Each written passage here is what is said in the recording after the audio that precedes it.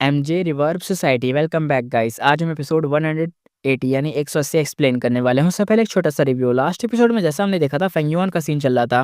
फेंगयुआन को किसी भी तरीके से क्लीन सोल इमॉर्टल को रिफाइन करना था। क्यों रिफाइन करना था? क्योंकि भाई उसकी जो बॉडी है पुरानी ज़ॉम्बी बॉडी, उस बॉडी के अंदर से जो ट्रैप सेट करे गए हैं सोल पाथ वाले, उनको रिमूव करने के लिए क्लीन सोल इमॉर्टल को की जरूरत थी। अगर वो इस गो को रिफाइन कर लेता है तो वो अपनी बॉडी को वापस से अपने कंट्रोल में ले लेगा। उस कंट्रोल में लेने के बाद भाई अपना रैंक 9 का विज़डम को यूज़ कर पाएगा। और अगर उसने वो को यूज़ कर लिया रैंक 9 का, तो फिर भाई उसके पास लाखों तरीके आ जाएँगे। किसी भी तरीके का यूज़ करके वो अपनी कल्टीवेशन, रिसोर्स और बहुत सारी चीज़ें कलेक्ट करके और आगे बढ़ सकता है। नए-नए मेथड ट्राई कर सकता है। कुछ भी लिटरली कर सकता है, क्योंकि रैंक 9 का पावर उसके हाथ में होगा। स्टार्ट करते हैं अपना new episode. Let's start. Over a month later, यानी कुछ कुछ मतलब महीने बीत गए इसमें। Central continent spirit infinity house का हेडक्वार्टर, क्लाउड्स के ऊपर एक डाउइस टेम्पल फ्लोट हो रहा था। सन एंड मून टेम्पल था इसका नाम। टेम्पल से इमॉर्टल लेवल ऑरा फैल रहा था। पूरा palace sun and moonlight से ब्लिंक कर रहा था। पूरे क्लाउड्स में एक डिवाइन वाइब फैल रही थी। मेन हॉल में स्पिरिट इन्फिनिटी हाउस के सारे टॉप एल्डर्स ऑलरेडी गैदर हो चुके थे। फेंग जीजे, फेरी बाई क्विंग, शू हाओ, ली जुनयिंग और नए बने इमॉर्टल जो भी थे, जैसे ज़ाओ लियनन भी यहाँ पे थी। पर आज का सेंटर कोई और था, जिसका नाम था फेंग जिंग हुआंग। यानी पहले तो ज़ाओ लियनन की बातें चलती रहती थी क्योंकि वो फेरी थी, लेकिन अब यहाँ पे कोई सेंटर पॉइंट कोई और बन चुका है। फेंग जिंग हुआंग अपनी लौंडिया। फेंग जिंग हुआंग एकदम भाई सफ़ेद शार्प आउटफिट में थे, एकदम सीरियस लुक था उसका एकदम। और ड्यूक लोंग के सामने एकदम वो होते हैं ना झुक के एकदम बैठना, वैसे टाइप की झुक के एकदम वो दे रही थी, रिस्पेक्ट पे कर रही थी। उसका जो दिल था भाई एकदम बहुत तेज़ से धड़क रहा था। ये उसका ड्यूक लॉन्ग का डिसिपल बनने का एक सेरेमनी टाइप था, यानी एक सेरेमनी हो रही थी डिसिपल बनने की। ड्यूक लॉन्ग की रिस्पेक्ट में सब लोग क्वाइटली खड़े थे। सेरेमनी हैवी बहुत ज़्यादा मतलब स्टैंडर्ड पे हो रहा था, एकदम बहुत ज़्यादा हैवी स्टैंडर्ड थे यहाँ पे। बस एक तरीके से पब्लिसिटी, एक तरीके होता है ना कि पब्लिसिटी के लिए, फेम के लिए, दिखाने के लिए होता नहीं, वो सब नहीं था। ये अपने अंदर में क्वाइटली सेरेमनी हो रही थी। हालाँकि इसका इफ़ेक्ट बाहर पड़ेगा, सबको पता चलेगा, लेकिन यहाँ पे सिर्फ़ इनवाइटेड मेन लोग ही सिर्फ़ गैदर हुए थे और कोई नहीं। क्योंकि भाई ड्यूक लॉन्ग बहुत बड़ी बात है, वो यहाँ पे था। हेवनली कोड का एक हैकर का लीडर मान लो, हैकर्स का लीडर मान लो इसको। सेरेमनी पूरी तरह से ना ओल्ड एरा स्टाइल में अरेंज की गई थी। ड्यूक लॉन्ग शांत दिख रहा था, पर अंदर से क्लैरिटी एकदम उसके अंदर भरी पड़ी थी। उसका गेज़ जब फेंग जिंग हुआंग पर पड़ा तो उसकी आइज़ और ज़्यादा ब्राइट हो गईं। और ये जो मतलब कुछ भी था, ये जो कोर्ट खत्म होने के बाद फेंग जिंगवांग ने दोनों हाथों से टी कप प्रेजेंट किया और बोला। फेंग जिंगवांग कहती है, lord Duke Long please accept my golden jade duty. Duke Long ने वो जो लेडी लिफ्ट की और गोल्डन जो जो भी चीज़ें थी ना, गोल्डन गोल्डन टाइप की, सीधा उसकी मतलब उसके सामने आ गई एकदम ग्लो करती हुई। एक स्टेप में उसने जो ट्री का था, वो जो फ्रेग्रेंस था, उसको एकदम भाई अरोमा को एकदम स्मेल करा। और फिर एकदम अच्छे से स्प्रिंग मॉर्निंग जैसा फ़ील हो रहा था, एकदम बहुत लाइवली लग रही थी ये टी। ड्यूक लोग ने कहा, "ये टी बहुत अच्छी है।" उसने जब पिया, एक सिप में ही ना उसे बहुत बढ़िया लगा, बहुत इम्प्रेस्ड हो गया वो। ड्यूक लोंग कहता है, फेंग जिंगहुआंग तुम refinement path grade grand master हो, तुम्हारी टी भी कमाल की है, आज से तुम मेरी सेकंड डिसिपल हो। हॉल में इंस्टेंट भाई बस सा एकदम हिल गया, एकदम सब हिल गए ये सुन के कि भाई सेकंड डिसिपल। इमॉर्टल्स तो खुश हो गए थे। इमॉर्टल म्यूजिक भी प्ले करो, ऐसी आवाज़ें आने लग गई। म्यूजिक स्टार्ट हुआ, slow, grand, proper ceremony vibe वाली थी। होता नहीं वो जो अमीर लोग सुनते नहीं है, वो क्या कहते हैं उसे? हारमोनी, पता नहीं क्या कहते हैं यार उसको। ओपेरा, हाँ ओपेरा सुनते हैं ना वो, हाँ ओपेरा वैसे टाइप वाली वाइब थी। फेंग जिंगवांग कहती है, डिसिपल पे रिस्पेक्ट टू द मास्टर, और वो वापस से झुक गई। 2 घंटे के बाद सेरेमनी ऑफिशियली कंप्लीट हो गई। स्पिरिट इन्फिनिटी हाउस के एल्डर्स एक्साइटमेंट में भाई लाल हो चुके थे, एकदम बहुत खुश हो रहे थे। हेवनली कोर्ट के लीडर यानी ड्यूक लॉन्ग ने पर्सनली उनकी एक मतलब उनके साइड से किसी को एक्सेप्ट करा, यानी एक डिसिपल को एक्सेप्ट करा, वो भी स्पिरिट इन्फिनिटी हाउस की एक मतलब फेंग जिंगहुआंग को एक्सेप्ट करा है। पहले तो फेरी थी, लेकिन अब फेरी नहीं है, फेरी तो कोई और है, लेकिन फिर भी एक्सेप्ट करा है तो बहुत बड़ी बात थी।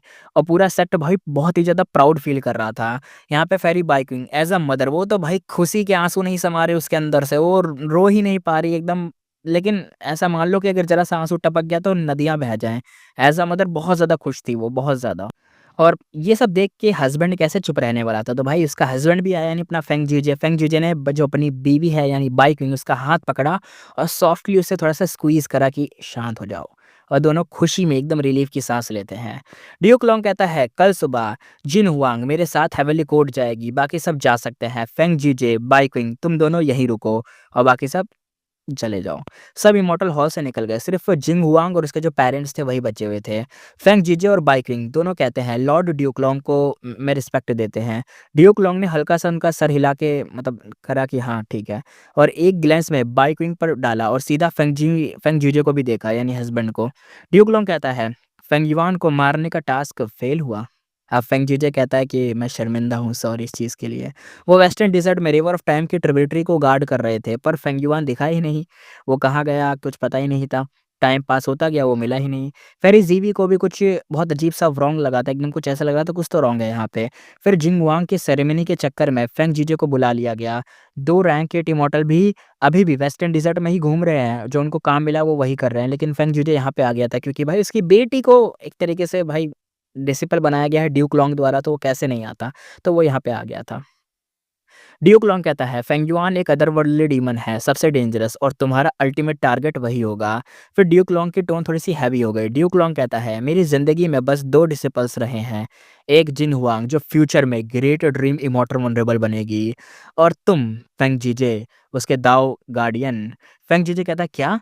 मैं हुआंगर का दाओ गार्डियन हूँ क्या? ड्यूक लॉन्ग कहता है ये राज था, पर शैडो सेक्ट ऑलरेडी जानता है तो अब कोई फ़र्क नहीं पड़ता। नया एरा आ रहा है, ग्रेट एरा।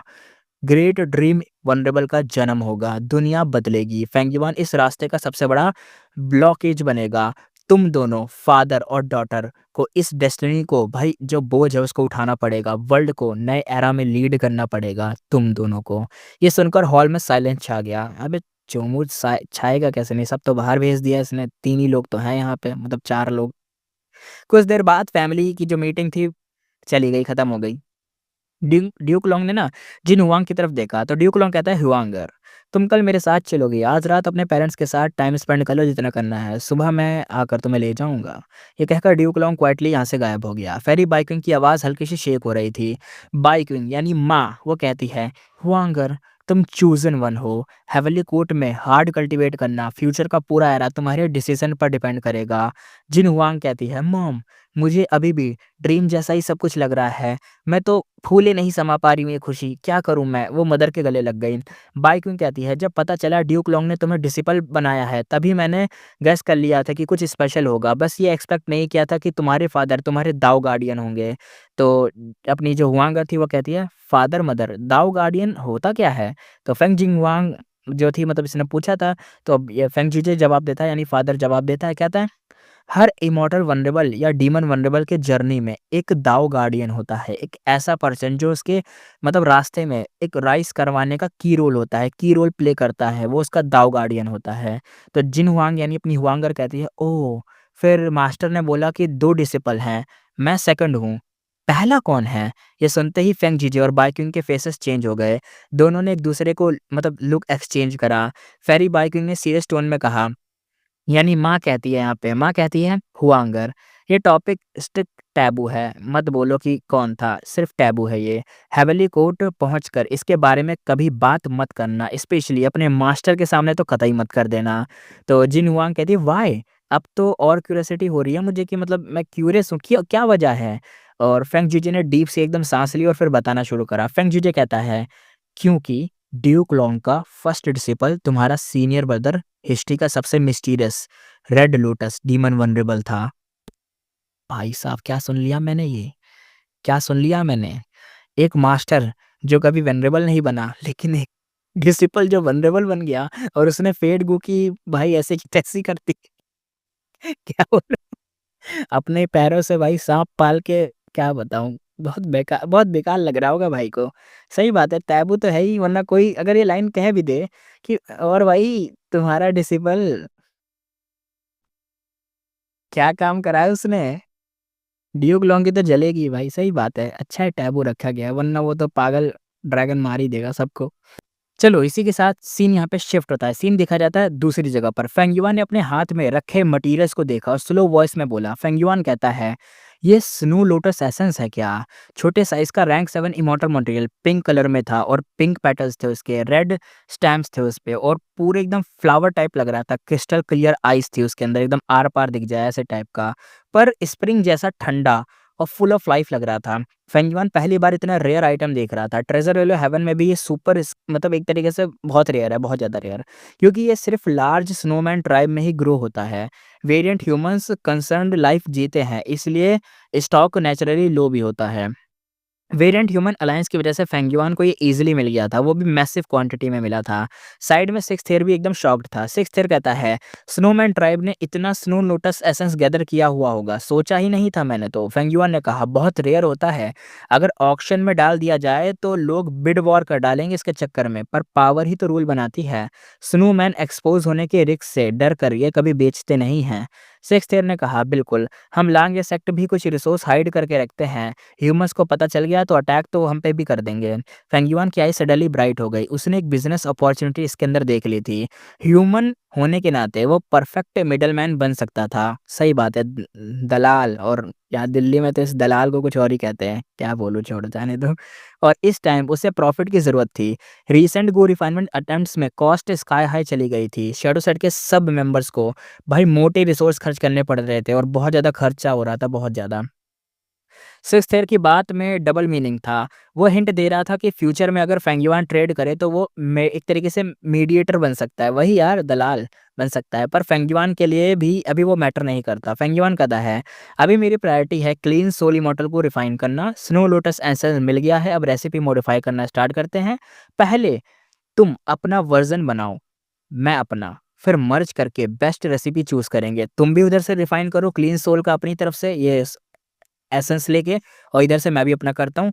जिस की भी अपने मतलब आपस में मिक्स हो जाएगी, बढ़िया हो जाएगी, तो बाद में और अच्छे से बन जाएगा। एक तरीके से होता है ना, 50% मैं करूँ, 50 तू कर, दोनों मिक्स करके फिर 100 कर डालेंगे। वही मैटर था। सिक्स्थ ईयर और लांग सेक्ट जो था, एक तरीके से लांग लैंडस्पीड को कंफ्यूज करना था ना, इसलिए एक्टिंग मोड तो चालू था दोनों का। सिक्स्थ ईयर कहता है, तो मुझे कितने सेक्ट कंट्रीब्यूशन पॉइंट मिलेंगे? काफ़ी बार एक तरीके से बार्गेनिंग के बाद उसने गुड डील मिल गई थी। फेंगयुआन हॉल से निकल कर अपनी क्लाउड सिटी लौट गया था। वहाँ उसने सोलो लोटस एसेंस को दोबारा इंस्पेक्ट किया, एग्जैक्टली वैसा ही जैसा सिक्स्थ ईयर ने रिकमेंड किया था। आइस कोल्ड, बट इनर बहुत ज़्यादा गर्म था, यानी बाहर से तो कोल्डनेस लेकिन अंदर से गर्माहट थी। एकदम वाइटैलिटी की गर्माहट थी, तो एकदम भरा हुआ था जैसे।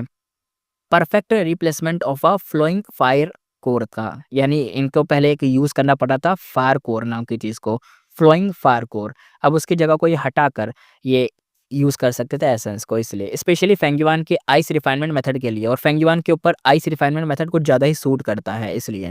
इमॉर्टल को रिफाइन करने के कई रेसिपीज़ होती हैं और रिफाइनमेंट एक्सपर्ट पहले ये जज करते हैं कि कौन-सा मेथड उनके स्टाइल के क्लोज़ेस्ट है, यानी बहुत ज़्यादा पास में कौन-सा है। कभी-कभी कुछ स्टेप्स चेंज किए जाते हैं या मटेरियल रिप्लेस किए जाते हैं ताकि जो सक्सेस रेट है उसको बूस्ट करा जा सके। वो एक्सपेरिमेंट ही होता है ना, जैसे एक्सपेरिमेंट करते हैं ना, एक्सपेरिमेंट कर के ही तो रिज़ल्ट निकलता है आगे जाके, वैसे ही टाइप का। यही काम फेंगयुआन और सिक्स्थ ईयर कर रहे थे। दोनों अपनी-अपनी रेसिपीज़ को मॉडिफाई करके सबसे क्लोज़ पहुँच रहे थे कि मेरा 60% बढ़िया है, तेरा 80% बढ़िया, और जिसका सबसे बढ़िया उसकी हेल्प करके 100% रेसिपी कंप्लीट कर देंगे। ये सबसे बढ़िया और फाइनलाइज़ करने का सबसे बेस्ट वर्ज़न था, यानी फाइनलाइज़ बढ़िया से हो जाएगा सब कुछ। और इमॉर्टल गू रेसिपीज़ को मॉडिफाई करने का मेन लोड सिक्स्थ ईयर को दिया गया था। उसकी रिफाइनमेंट पाथ स्किल फेंगयुआन से हाई थी। फेंगयुआन की स्ट्रेंथ विज़डम पाथ में थी, पर दोनों ही सोल पाथ में एवरेज थे। अगले कुछ टाइम फेंगयुआन ने दोनों काम पैरेलल किए, यानी कल्टीवेशन और क्लीन सोल की रेसिपी रिफाइन करना दोनों करता रहा। वो वापस गया डांगुन माउंटेन और लुओपो वैली, दोनों सोल पाथ के सबसे बेहतरीन सैक्रेड लैंड थे। वहीं इसकी soul cultivation shockingly fast grow हो रही थी, बहुत ज़्यादा फास्ट। फेंगयुआन अपने माइंड में कहता है, स्पेक्ट्रा सोल के ट्रू इनहेरिटेंस के मेथड इनसेन है, क्योंकि भाई अब उसे देखो, एक तरीके से मशीन भी मिल गई, मेथड भी मिल गया। अब तो और स्पीड से उसकी चीज़ें ग्रो होंगी ना, इसलिए। मशीन वही था, डांगुन माउंटेन और लुओपो वैली, और मेथड क्या था, स्पेक्टर सोल ने खुद ही इनहेरिटेंस में सारे मेथड दे दिए, तो मिल ही गया सब कुछ। स्पेक्टर सोल डीमन वल्नरेबल ने इन्हीं 2 डोमेन्स में ट्रेन करके एक perfect soul path training system बनाया था। फेंगयुआन बस वही फॉलो कर रहा था। पिछले टाइम वेस्टर्न डिजर्ट में burning soul bursting luck use करने से उसकी एंटायर सोल फाउंडेशन क्रैश हो गई थी, पर अब सिर्फ कुछ दिनों में ही वो ऑलमोस्ट रिकवर हो गया। टेरिफाइंग स्पीड थी। फेंगयुआन कहता है, इमॉर्टल वो की कमी के बावजूद मॉर्टल्स मेथड भी काफ़ी काम कर रहे हैं। सवेनर इमॉर्टल बॉडी की वजह से दामाग क्लैश ही नहीं करते और काम बन जाता है। ये सब इसलिए क्योंकि क्लीन सोल इमॉर्टल को रिफाइन करना था। बर्निंग सोल ब्रस्टिंग लक उसकी लक को इंस्टेंट स्पाइक देता था, और इमॉर्टल को रिफाइन करने में भाई ह्यूज बफ मिलता था। यंग वुशी से ये मूव करवाना पॉइंटलेस होता। उनकी लिंक्ड लक से शेयर हो जाती है, इसलिए बाकी सबको भी शेयर होता है। इसलिए फेंग युआन ने सोचा कि मैं ही यूज़ करूँ तो ज़्यादा बेटर रहेगा। प्लस यिंग वुशी का लीड सोल इंटू ड्रीम भी वीक पड़ता जाता अगर जितना वो यूज़ करेगा ये लक वाली चीज़ को। इसलिए सोल फाउंडेशन वीक होगा ना, तो लीड सोल इंटू ड्रीम भी खराब हो जाएगा। लांग या ब्लेसलैंड में सेफ टाइम मिल रहा था, तो फेंगयुआन ज़्यादा जल्दी नहीं कर रहा था। आधे महीना ऐसे ही बीत गया। फेंगयुआन ने प्लस 6 थेरन दोनों ने मिलकर मॉडिफाई कर लिया इमॉर्टल को, रेसिपी को फाइनलाइज़ भी कर दिया और फिर स्टार्ट हो गया रिफाइनमेंट स्ट्रीक। पहला अटेम्प्ट फेल, दूसरा अटेम्प्ट फिर से फेल, तीसरा अटेम्प्ट फिर से फेल। इमॉर्टल मटेरियल का ह्यूज लॉस हुआ, पर हर फेल के बाद रेसिपी और ज़्यादा परफेक्ट होती जा रही थी क्योंकि 90% तो पहुँचा दी। अब वही है ना, फेल, फेल, फेल करते-करते 92, 94, 95 ऐसे-ऐसे बढ़ रहा था टाइम। टाइम कह रहा हूँ सॉरी, मतलब वही, अरे क्या कहते हैं, परसेंट। 4th अटेम्प्ट पर फेंगयुआ ने burning soul bursting luck activate करा। लक स्काई हाई चला गया और फाइनल स्टेज तक भी पहुँच गया, फिर भी फेल हो गया। 5th भी फेल, 6th भी फेल, 7th भी फेल, 8th भी फेल, 9th भी फेल। अब यहाँ पे जो उसका परसेंट था 99 पहुँच चुका था। अब कंटिन्यूअस फेलियर के बाद फेंगयुआन के इतने फेलियर के बाद रिफाइनमेंट पाथ स्किल शार्पन होती गई। डांगहुन माउंटेन प्लस लूपो वैली में सोल फाउंडेशन भी रिबिल्ड करता गया और फिर से दोबारा फेल हुआ। 13 भी फेल्ड, 14 भी फेल्ड, यहाँ पे 15 भी फेल्ड। लेकिन जो 16 अटेम्प्ट था भाई वो सक्सेस हो गया। बिल्कुल सडनली फेंगयुआन के हाथ में finally clean soul immortal group आ चुका था। देख रहे हो 105% ज़्यादा बढ़ा तब जाके कुछ हुआ है। 100% चांस हो रिफाइन होने के तब भी रिफाइन नहीं होता। 105 से 106% चांस चाहिए भाई रिफाइन करने के लिए। 15 अटेम्प्ट और 16 अटेम्प्ट में जाके कहीं उसका कुछ रिफाइन हुआ था। 6th ईयर के अटेम्प्ट्स मिलाकर टोटल लगभग 30 अटेम्प्ट हो चुके थे। रिसोर्स कॉस्ट इनसेन थी। नॉर्मल कोई इमॉर्टल काफ़ी अफोर्ड ही नहीं कर सकते। इवन ओल्ड फेंगयुआन जो पहले वाला था, सेवेनियर इमॉर्टल प्राइमेसी वाला भी, वो भी बैंकरप्ट हो जाता है इस चक्कर में तो। बस शैडो सेट की इनहेरिटेंस, लांग या सेट जैसा rich buyer, snow lotus essence का फुल सप्लाई और 6th ईयर जैसा एक्सपर्ट साथ में हो यानी सपोर्ट हो, तब जाके कुछ बन पाया था। फेंगयुआन ने लंबी सी सांस ली और कहा, clean soul immortal Gu finally refine हो गया है। अब मज़ा आएगा ना रैंक 9 का विज़डम को यूज़ करने में। क्लीन सोल इमॉर्टल वो फेंगयुआन की फिस्ट जितना बड़ा था, टेडपोल शेप में था, पूरा ग्रेइश वाइट था और उसकी जो पाम थी उसके ऊपर फ्लोट कर रहा था। फेंगयुआन अपने माइंड में कहता, फाइनली इतना आसान नहीं था इसको पाना। रिफाइनमेंट बेसिकली एक गैम्बल की तरह होता है। लगभग 30 अटेम्प्ट लग गए, रिसोर्स कॉस्ट बहुत ज़्यादा स्काई हाई थी, तब जाके इसने कर लिया। फेंगयुआन डायरेक्टली रिसोर्स नहीं निकाल सकता था, तो उसने शैडो सेट की इनहेरिटेंस को एक्सचेंज कर करके लांगे सेट से सेट कंट्रीब्यूशन पॉइंट लिए और उन पॉइंट से मटेरियल को गैदर करा। बट स्नो लोटस एसेंस भाई वो तो क्रूशियल पॉइंट था और वही चीज़ के बिना तो कुछ होता ही नहीं। तो रैंक 7 मटेरियल के लिए भाई उसे लांगिया मतलब लांगिया के जो स्टॉक है उसमें से तो नहीं मिला, उसे मिला ये वेरिएंट ह्यूमन का जो स्टॉक था, जो अलायंस थी वहाँ से मिला था। तो वहाँ पे भी चीज़ों को दिया तब जाके मिला। मॉडिफाइड रेसिपी अब फेंगयुआन के स्टाइल के लिए काफ़ी बेटर हो गई थी। बस छोटी-सी प्रॉब्लम थी, क्लीन सोल इमॉर्टल को सिर्फ रैंक 6 था। रैंक 7 होता तो वो तुरंत ही इमॉर्टल ज़ॉम्बी बॉडी के सोल ट्रैप को तोड़ने के किलर मूव एक तरीके से सेटअप कर सकता था। रैंक 6 से भी हो सकता है, पर एक तरीके से पूरे 8 साल लगेंगे। नॉर्मल 5 एक तरीके से 5 रीजन टाइम में। यानी ये कहना चाह रहा है कि अगर रैंक 7 हो तो कुछ बात होती, मज़ा आता। लेकिन भाई जो उसने बनाया है वो सिर्फ रैंक 6 है और अगर रैंक 6 है नॉर्मल यानी करंट टाइम में, जो कि 5 रीजन वाला टाइम होता है, जो नॉर्मल टाइम में लोग जी रहे हैं, उस टाइम के हिसाब से तो भाई 8 साल लगा देगा। लेकिन मुझे लग रहा है ये वही काम करेगा, अपने प्राइमेसी के अंदर जाके टाइम को फास्ट कर देना, किसी और के प्राइमेसी के अंदर जाके टाइम को फास्ट करना। लेकिन जिसके भी करेगा उसके लगेंगे, क्योंकि भाई जिसका भी टाइम फास्ट होगा उसके ऊपर ट्रिबुलेशन और कैलामिटीज़ भी आएँगी। वो भी देखते हैं आगे क्या होगा। अगर टाइम पाथ मेथड ऐड करें तो श्रिंक होके 3 साल हो सकता था। ये फेंगयुआन की करंट लिमिट थी। फेंगयुआन कहता 3 इयर्स बहुत ज़्यादा हैं। अगर रैंक 7 क्लीन सोल होता तो मैक्स हाफ ईयर में ही ट्रैप क्लियर हो जाता। पर रैंक 7 रिफाइन करना इंसेनली रिस्क वाला काम था। रैंक 7 बनाने के लिए रैंक 6 क्लीन सोल को मेन मटेरियल बनाना पड़ेगा और इमॉर्टल वो यूनिक होते हैं। रैंक 6 वर्जन होने के बाद वो वर्ल्ड में एक और रैंक 6 नहीं बना सकता। अगर रिफाइनमेंट फेल हो गया तो रैंक 6 क्लीन सोल भी एक्सप्लोड होकर फट सकता था और सब कुछ वापस से ज़ीरो से स्टार्ट करना पड़ता, तो लग जाते भाई के। ब्लड एसेट इमॉर्टल को कुछ मटेरियल सेव कर सकता है, पर गारंटी नहीं कि वो रैंक 6 मेन मटेरियल यानी क्लीन सोल रैंक 6 वाले को प्रोटेक्ट कर पाएगा कि नहीं।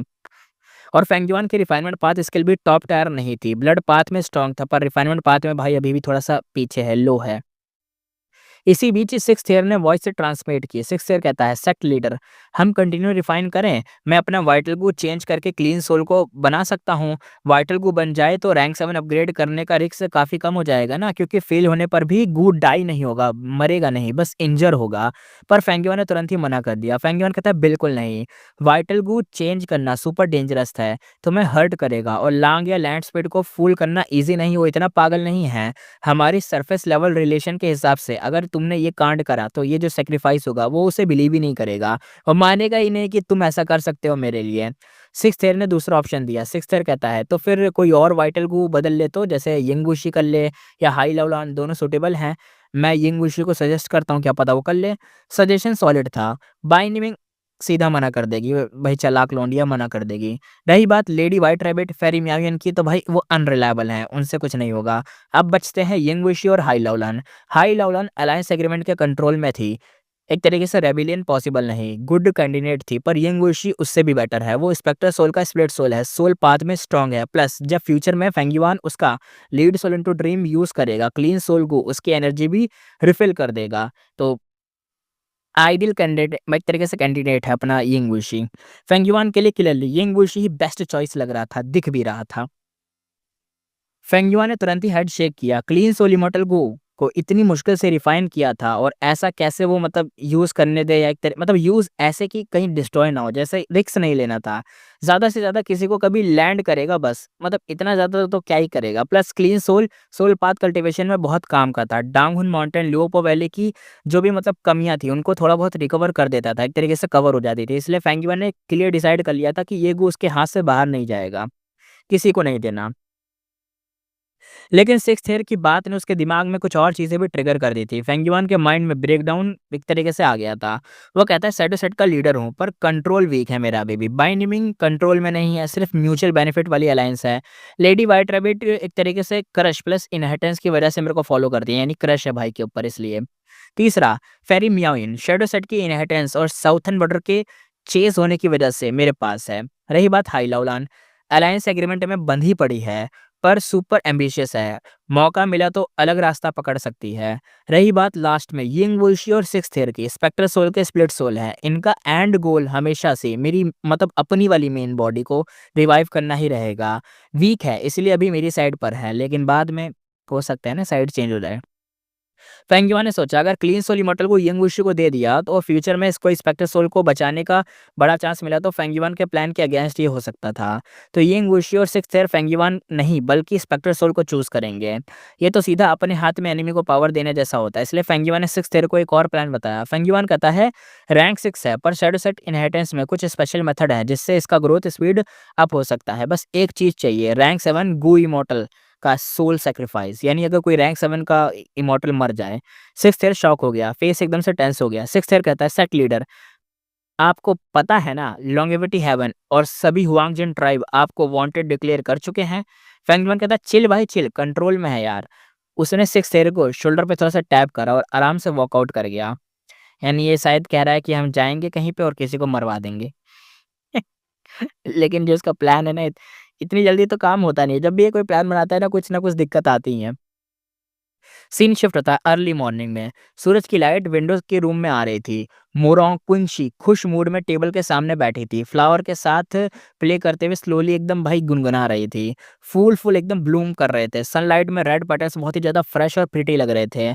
आज मोरोंग कुंगशी के लिए स्पेशल डे था। उसका लवर युंग लियांग आज मोरोंग ट्राइब में ऑफिशियली रिश्ता मतलब तरीके से वही होता है ना, मांगने आने वाला था उसके लिए। शादी होने वाली है। दोनों का रिलेशन ज्यादा पुराना नहीं था। मोरोंग कुंगशी मोरोंग ट्राइब की इमॉर्टल थी और युंग लियान नॉर्थर्न प्लेन्स का फेमस लोन कल्टीवेटर था, जिससे लोग क्लाउड जेंटलमैन कहते थे। याद है ना क्लाउड जेंटलमैन, इसका नाम भी शायद पहले आया है, शायद मेरे को याद है, जेंटलमैन से याद है।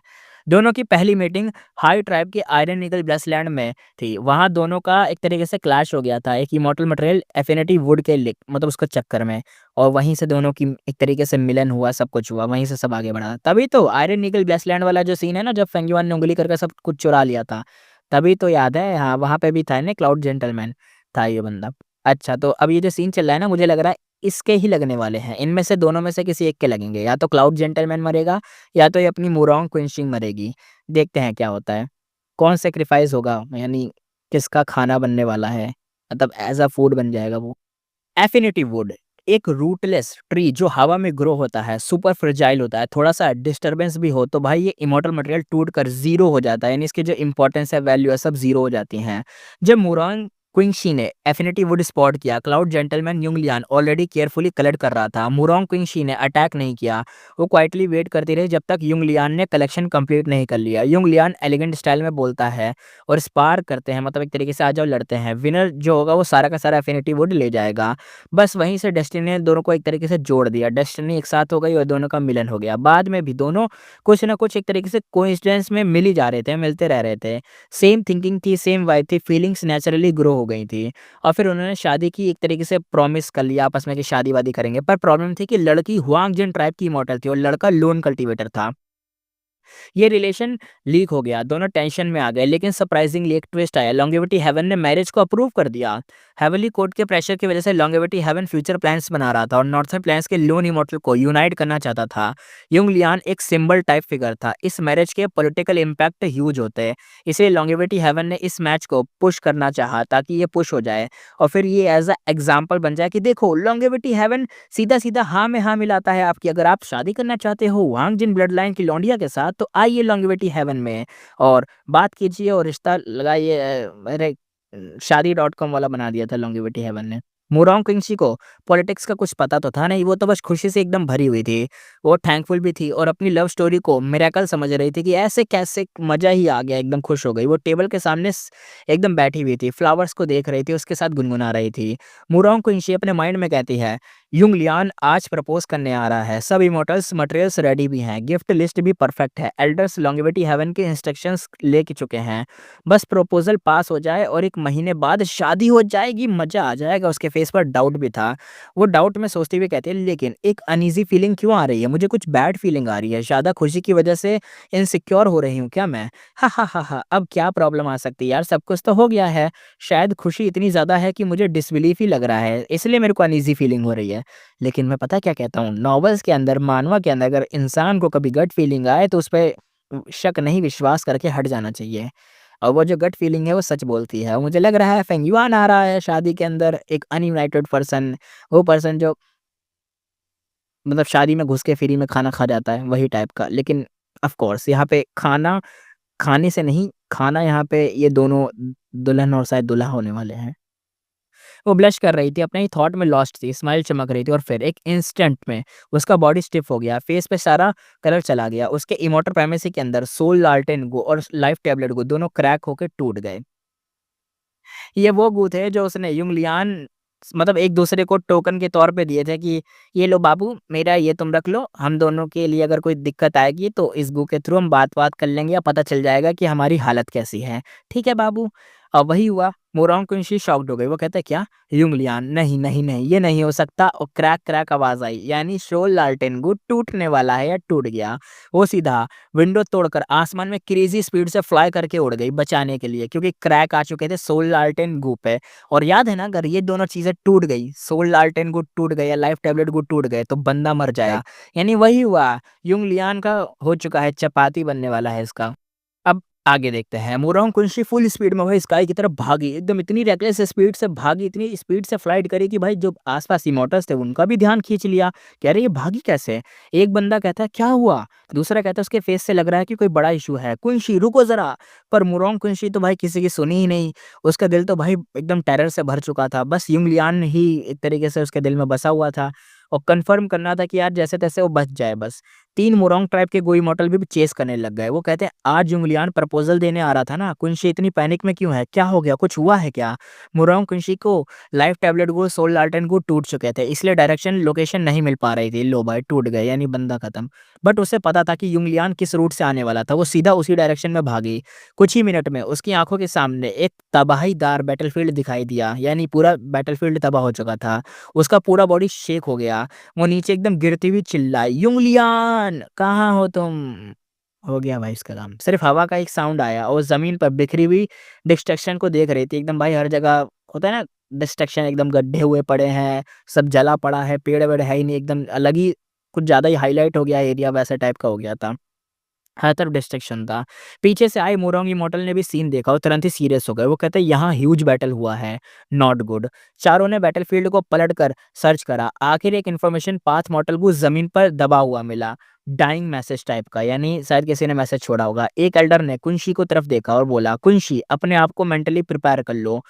मोरोंग कुंशी के हाथ में जो मतलब हाथ में क्या, हाथ ही ट्रेंबल हो रहे थे, एकदम काँपे जा रहे थे। फिर भी उसने उस बुक गू को पकड़ा और सेंस भेजा और जैसे ही मैसेज पढ़ा, मैसेज में लिखा था, फेंगयुआन, मैं तुम्हें कभी माफ़ नहीं करूँगी।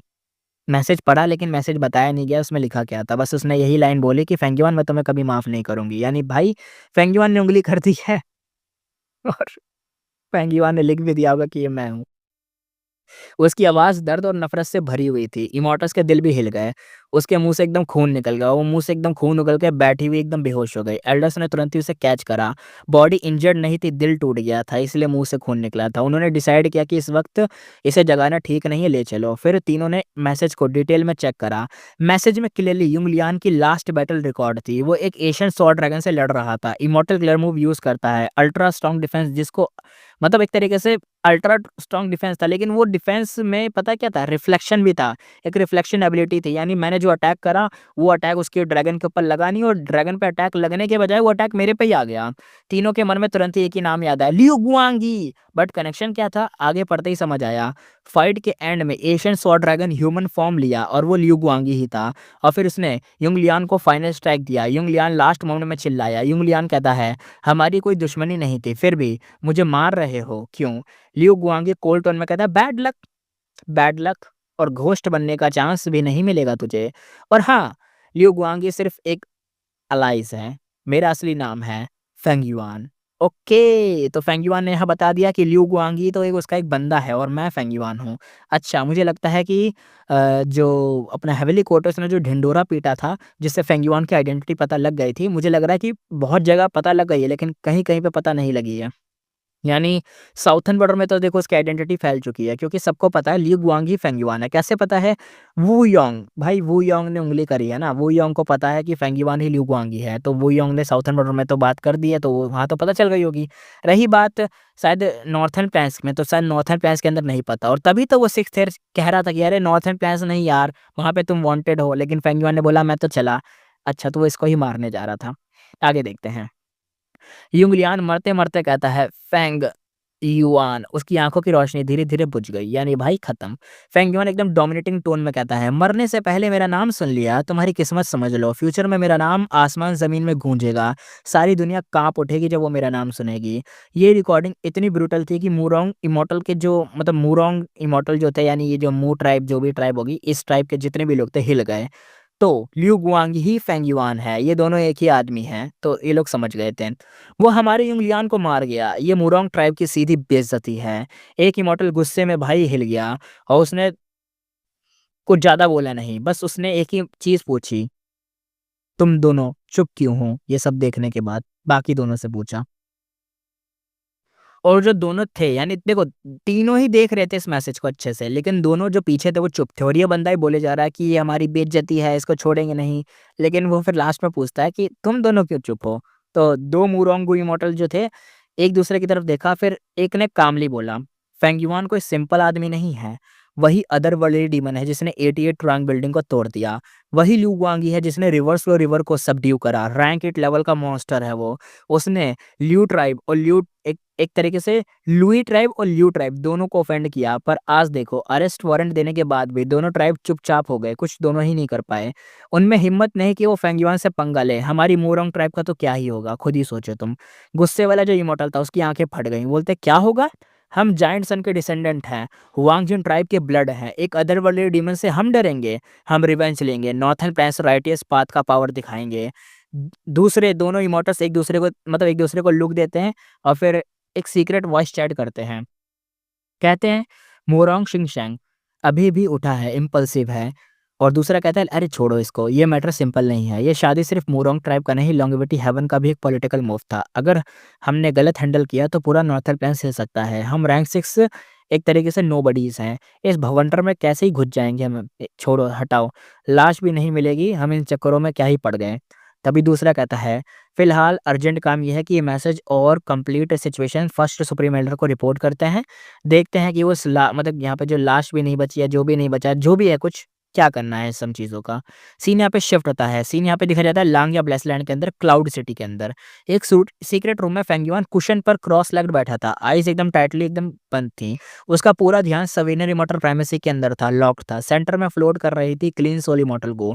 उसके आस-पास मॉर्टल गो प्लस कुछ सप्लीमेंट्री इमॉर्टल गो रोटेट हो रहे थे। सब एकदम भाई फेंट थे एकदम और एक ग्लो रिलीज़ कर रहे थे। सारी रेडियंस एक इमॉर्टल ज़ॉम्बी बॉडी पर फैल रही थी। फेंग युआन का 8 arm strength path immortal zombie body उस पर पड़ रही थी। काफ़ी देर से व्हाइट ग्लो उस बॉडी को कवर कर रहा था, पर इमॉर्टल ज़ॉम्बी बॉडी में कोई मूवमेंट नहीं थी। फेंग युआन बिल्कुल शांत था। ये क्रूशियल स्टेप उसने लिया ही नहीं था। वो बस किलर मूव को एक तरीके से स्टेबलाइज़ कर रहा था। कुछ मिनट बाद फेंग युआन ने इंटरनली मतलब हाँ में अपनी हाँ मिलाई। फिर उसने निकाला रैंक 7 का इमॉर्टल मतलब इमॉर्टल की जो सोल थी, रैंक 7 का जो इमॉर्टल सोल थी, अरे जिसको मारा था युंगलियान उसकी सोल निकाल दी उसने। ये सोल ये लुई कुनशिन की थी। ये लुई जो लिऊ ट्राइब का रैंक 7 पावर हाउस था। सोल डिस्ट्रक्शन का फ़ियर फ़ील किया और क्रेज़ी स्ट्रगल करने लगा और एक तरीके से उसने ना बहुत खतरनाक साउंड सुन मतलब होता है ना कि चिल्लाना, एको करना, सोल चिल्लाती है, सोल वही चिल्ला रही थी। पर बस इतना ही वो कर पा रही थी और कुछ नहीं। फेंग युआन का एक तरीके से जो मतलब उसके पास इनहेरिटेंस है, वो है स्पेक्टर सोल की ट्रू इनहेरिटेंस। तो उसके पास अच्छे खासे तरीके हैं कि ये जो स्क्रीम है, जो चिल्लाना है, ये जो भी अटैक है, इससे कैसे बचा जाए। उसके पास अच्छा बहुत बढ़िया खेलते हैं, एकदम आराम से इन सब चीज़ों से वो खेल सकता था, उसके लिए बच्चों का गेम था ये। ये लुई कुनशिन जिंदा होता तो थ्रेट होता, पर अब ये सिर्फ एक नंगा सोल था। इसका फेंगयुआन के सामने क्या ही चांस था, कुछ नहीं चांस था। अरे! युंगलियान मरा था ना, युंगलियान था उसका नाम। लुई कुनशिन था क्या बे क्या हो गया? कहीं इसने और भी लोगों को तो नहीं मार दिया? यानी और भी रैंक 7 वाले लोगों को तो नहीं मार दिया इसने? लेकिन ज़रूरी भी नहीं है यार। यहाँ पे तो एक तो कल्टीवेशन नॉवेल्स के अंदर ना इनके नाम ही इतने लंबे-लंबे होते हैं, अभी पता चलेगा कि इसका पूरा नाम ये होगा और सेम ही पर्सन है दोनों, तो वो भी हो सकता है, क्या पता। आगे देखते हैं। ये लुई कुनशिन का सोल जब फेंट वाइड रेडियंस ज़ोन में आ गया, तो वो अचानक बिल्कुल चुप हो गई, जैसे सोचने की एबिलिटी ही चली गई हो। फिर उसके अंदर से फेंट ग्रीन लाइट के छोटे-छोटे पार्टिकल्स निकलने लगे। फिर स्लो, फिर एकदम बहुत तेज़ी से, फिर हवा में एक हल्की-सी रेन जैसी डार्ज़लिंग सा कुछ बन गया। फेंग युआन ने विल की ये सारी green light directly immortal zombie body की तरफ रश कर गई। लेयर्स ऑफ लाइट ने ज़ॉम्बी बॉडी को कवर करा। अंदर जन्मे सोल पाथ दामाक को तोड़ने लग गई ये जो लाइट थी वो। टाइम के साथ ज़ॉम्बी बॉडी के सोल पाथ दामाक घटने लगे और ये लुई कुनशिन की सोल विज़िबली वीक होती गई। फेंग युआन का माइंड पूरे प्रोसेस में स्टोन जैसा एकदम शांत था। किलर मूव बिल्कुल स्टेबल रख रखा था उसने। इस मूव को 3 दिन 3 रात तक मेंटेन करना पड़ा, तभी सोल पाथ का पूरा ट्रैप रिमूव होता और कॉस्ट क्या थी? 1200 red date immortal essence beads. ये तो तब ये तो तब है जब rank 7 soul plus clean soul immortal Gu plus specter soul की परफेक्ट मेथड यूज़ हो रहे हैं तब जाके। अगर फेंग युआन एक तरीके से ट्रायल एंड एरर से करता तो भाई कॉस्ट बहुत ही ज़्यादा स्काई हाई हो जाती, बहुत ही ज़्यादा। यहाँ पे उसके पास रैंक 7 सोल है, एक इमॉर्टल की, साथ में क्लीन सोल है रैंक 6 का और स्पेक्ट्रल सोल के कुछ मेथड है, इसलिए ऐसा हो पा रहा है। एसेंस की टेंशन नहीं थी, फेंग युआन ने फुल प्रिपरेशन किया हुआ था।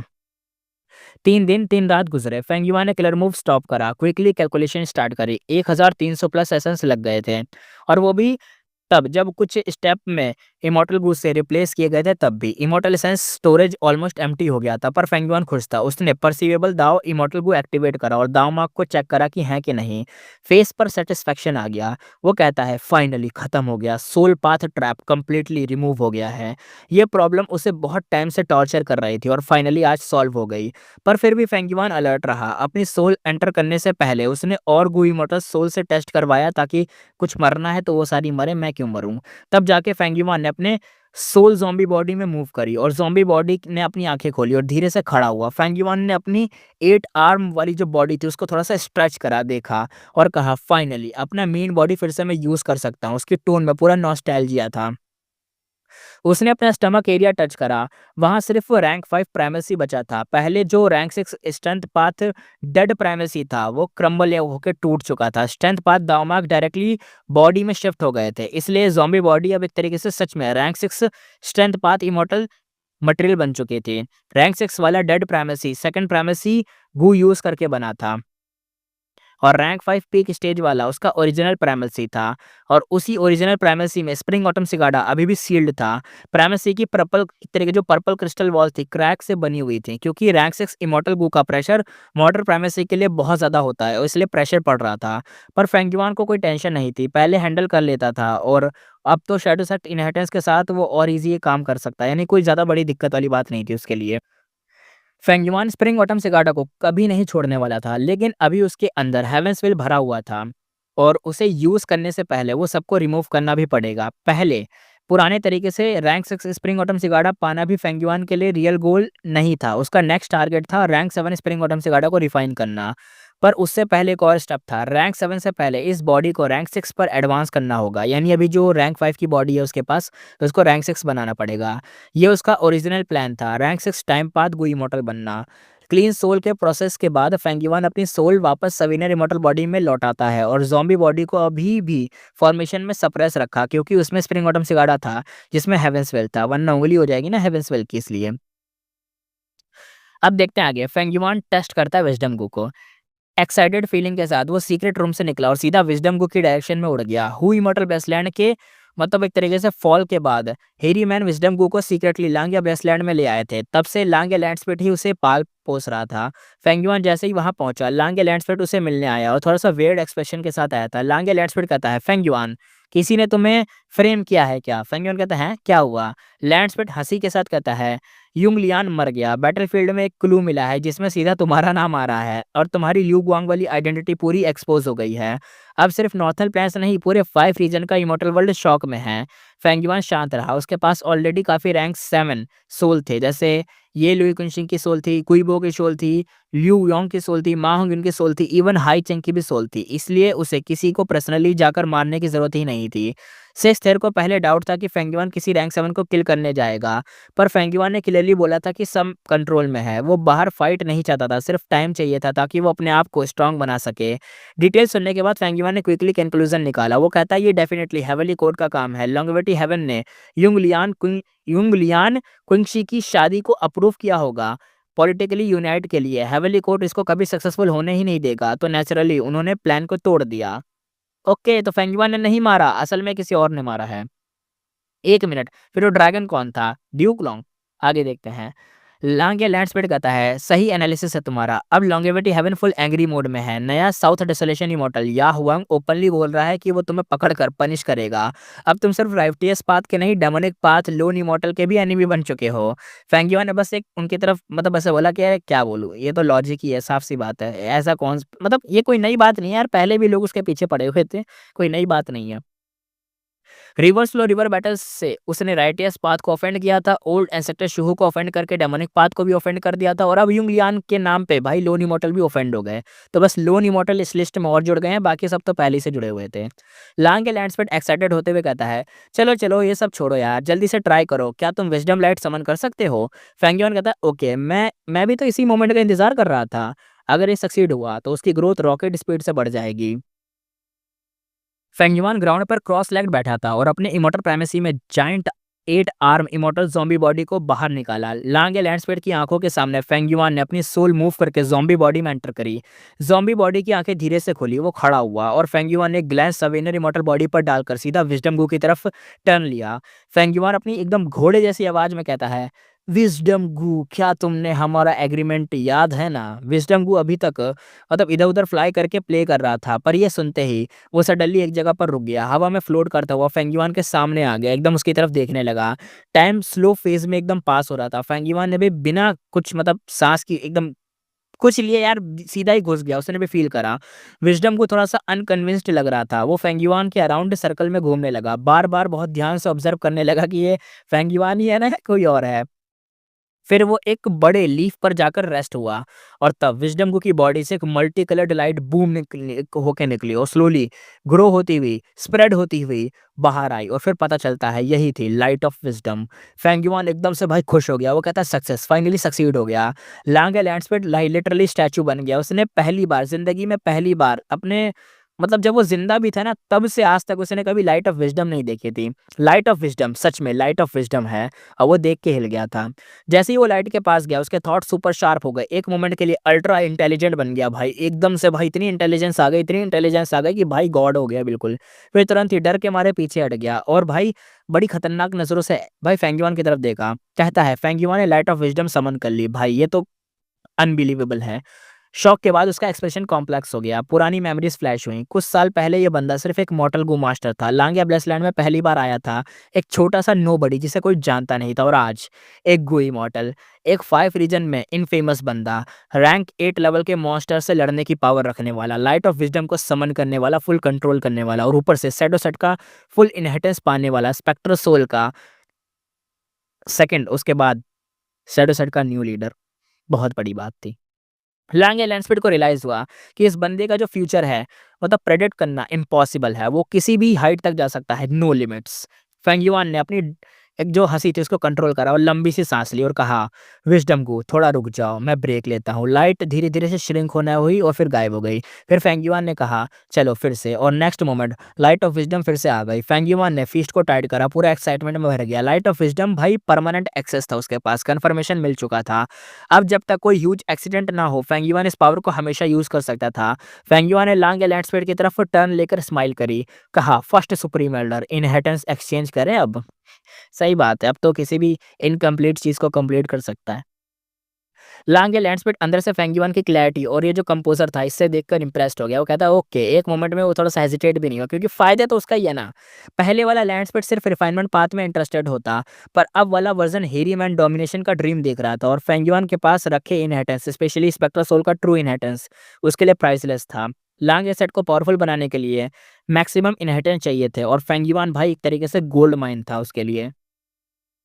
अब आगे देखते हैं। स्पेक्टर सोल डीमन वनरेबल ने कभी काउंटलेस बीइंग्स को स्लक्टर किया था।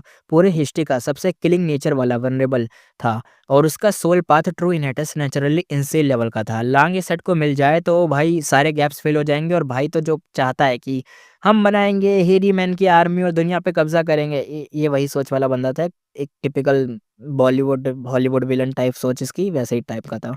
दोनों साइड ने जल्द ही इनहेरिटेंस एक्सचेंज कंप्लीट कर लिया।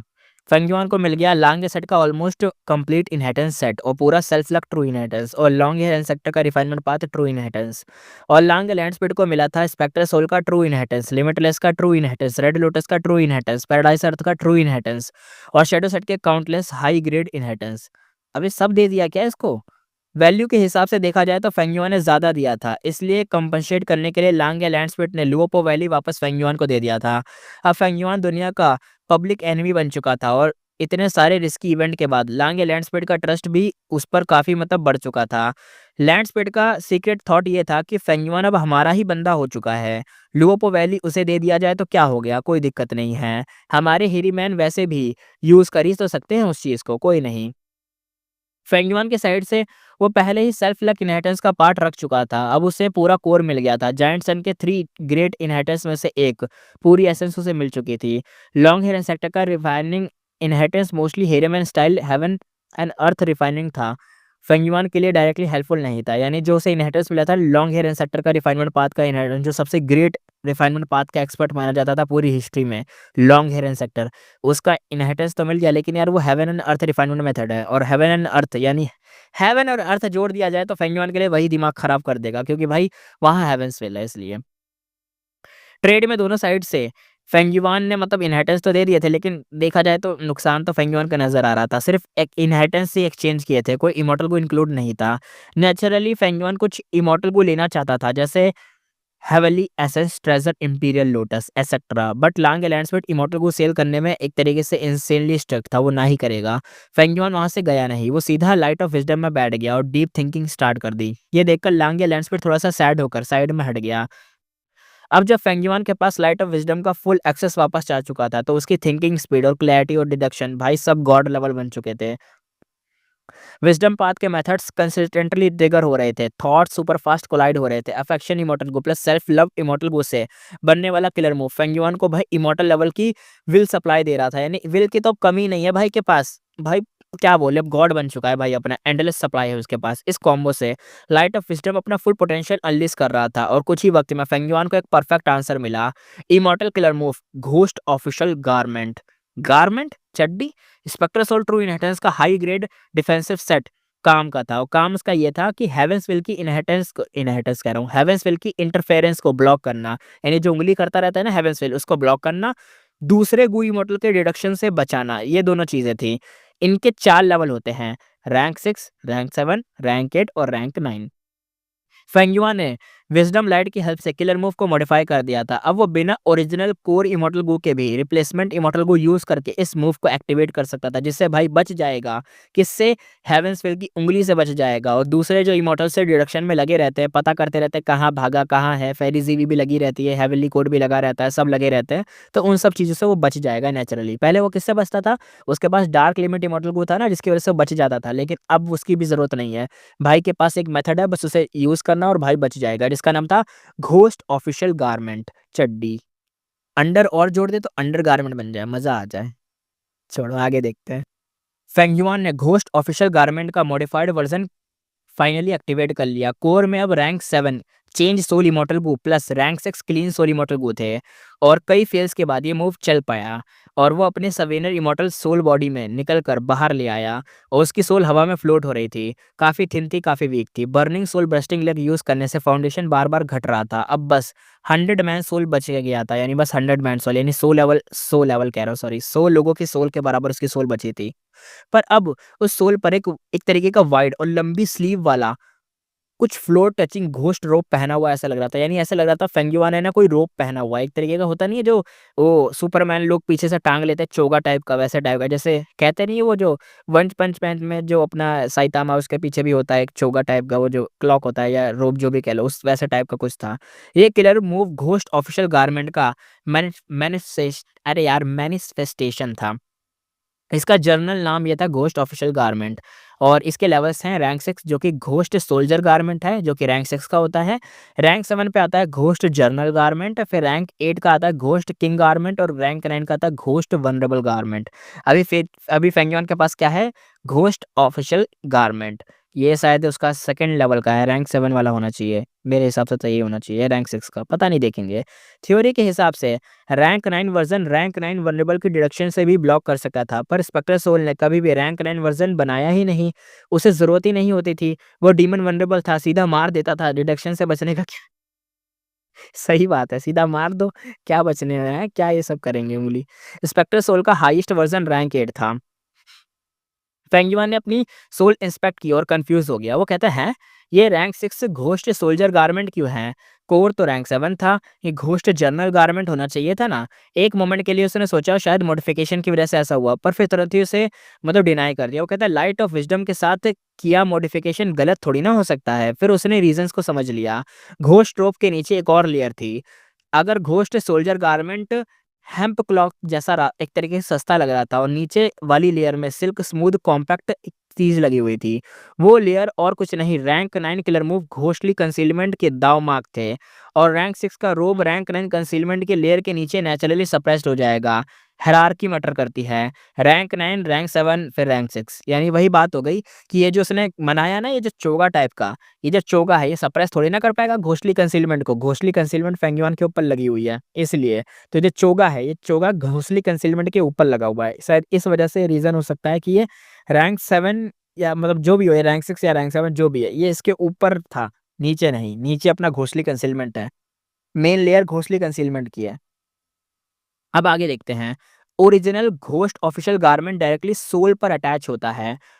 अब वो नीचे रैंक 9 के लेयर के कारण डायरेक्टली अटैच नहीं हो पा रहा था, इसलिए रैंक 7 से गिरकर उसका रैंक ना रैंक 6 बन गया था, यही वजह थी।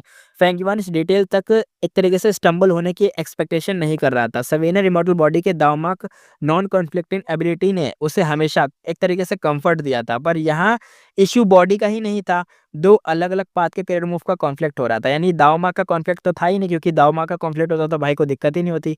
ये अलग अलग ही पाथ का कॉन्फ्लिक्ट था, इसलिए दिक्कत हो रही थी। अब क्या बोले, है ना। घोस्टली कंसीलमेंट जो है वो थफ्ट पार्ट का है और घोस्ट ऑफिशियल गारमेंट है वो सोल पाथ का है। तो नाम सिमिलर है लेकिन पाथ अलग-अलग है, इसलिए क्लैश तो नेचुरल था और जीतेगा वही जिसका रैंक ज़्यादा होगा और जीता कौन? रैंक 9 का घोस्टली कंसीलमेंट। ये सॉल्व करने का एक्चुअल मेथड ये था कि दोनों किलर मूव को एक में ही मर्ज कर दो। फेंग एक वेटर स्माइल के साथ सोचने लगा, इसका डिफिकल्टी लेवल इंसेन होगा। उसे घोस्टली कंसीलमेंट का डीप नॉलेज नहीं था। थेफ्ट पाथ में वो तो लो अटेनमेंट वाला था, यानी एकदम ऑर्डिनरी या उससे भी नीचे। सोल पाथ में भी जैसे तैसे नॉर्मल ही होगा उसका।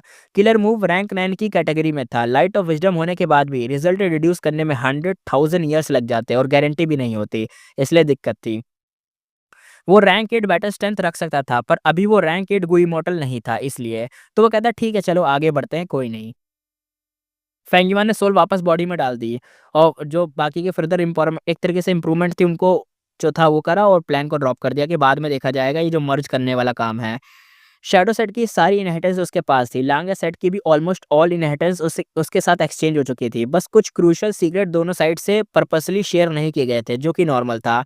लांगा सेट की कलेक्शन 3 लाख साल की पुरानी थी और लॉन्ग हेयर सेक्टर के मेडिवल एंटिक्विटी एरा से, इसलिए वो शैडो सेट से थोड़ी कम थी, पर फिर भी मैसिव थी। फेंगयुआन ने कंक्लूड किया कि इनहेरिटेंस का स्केल अब कंप्लीट इनफ नहीं है, यानी अभी भी काफ़ी नहीं है, अभी और मिलना चाहिए। लांग या सेट की इनहेरिटेंस बहुत बड़ी थी, पर उनका कोर हमेशा रिफाइनमेंट पाथ था। बाकी पाथ की इनहेरिटेंस मोस्टली ना रिफाइनमेंट से रिलेटेड ही होती थी। Spectre soul demon vulnerable plus shadow set की जैसी कलेक्शन एबिलिटी उनके पास कभी थी ही नहीं। वो जो भी उनके पास एबिलिटी है ना वो रिफाइनमेंट पाथ से रिलेटेड है, इसलिए उनके पास जो भी चीज़ें हैं वो बस रिफाइनमेंट पाथ से ही रिलेटेड है। फेंगयुआन के पास अब दोनों कलेक्शन आ चुकी थी, यानी रिफाइनमेंट वाली भी आ गई और जो नॉर्मली इसके पास थी पहले से वो भी। वैल्यू के हिसाब से वो सेंट्रल कॉन्टिनेंट के किसी भी एशियन सेक्ट से ज़्यादा रिच हो चुका था। 2-3 एशियन सेक्ट मिलकर जितनी इनहेरिटेंस रखते थे उतना फेंगयुआन के पास अब आ चुका था। बस एक एक्सेप्शन था, वो था हेवेली कोर्ट। हेवेली कोर्ट से ज़्यादा उसके पास नहीं है। हेवेली कोर्ट भाई सबसे ऊपर है, सबसे आगे, सबसे ऊँचा, सबसे महान हेवेली कोर्ट ही है। हैकर्स भरे पड़े हैं भाई वहाँ पे। उनका स्केल कंपेयर ही नहीं हो सकता। 3 इमॉर्टल वल्नरेबल ने भाई एक तरीके से वहाँ पे लगा दिया है अपना सब कुछ। पूरा हिस्ट्री 3 मिलियन ईयर्स पुराना है। इन सब इनहेरिटेंस में से फेंगयुआन के लिए सबसे प्रीशियस और हाई पोटेंशियल चीज़ ये थी, ghost official garment perfectly suited था, हाई ग्रोथ पोटेंशियल था, हेवेंसविल को डिसीव करने का 20 लेवल डिफेंस था, दूसरे को इमॉर्टल की डायरेक्शन से प्रोटेक्ट भी करता था। स्पेक्टर सोल इनहेरिटेंस का ये की कंपोनेंट था। ये क्लियर मूव स्पेशल क्यों था अब ये पता चलता है। पहला, एक बार एक्टिव हो जाए तो हमेशा एक्टिव रह सकता है।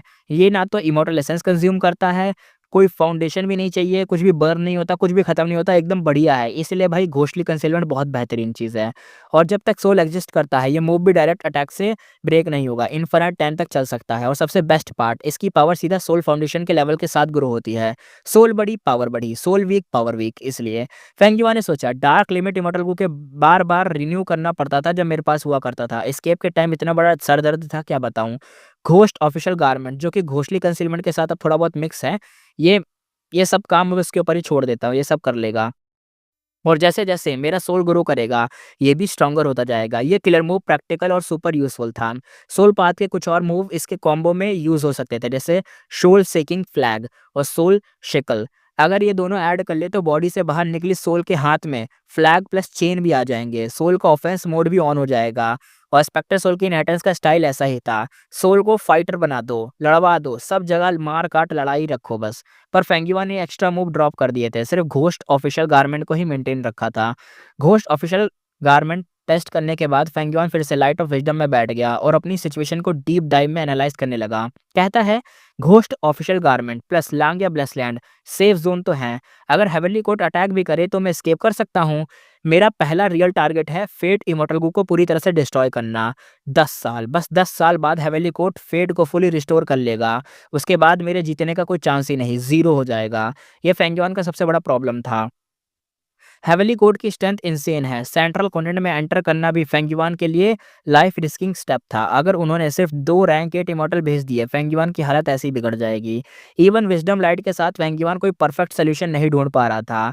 फिर भी उसने अपने एस को याद करा, चीज़ों को याद करा कि red lotus true inheritance, red lotus demon vulnerable की मतलब ये जो बंदा था ना रेड लोटस डीमन वल्नरेबल, यही वो बंदा था जिसने कभी फेट गू को एक तरीके से सीरियसली डैमेज किया था और फेंगयुआन के पास की आइटम था स्प्रिंग ऑटम सिगाड़ा। उसी की वजह से रेड लोटस का दोबारा इनहेरिटेंस अनलॉक होने के चांस ह्यूज थे।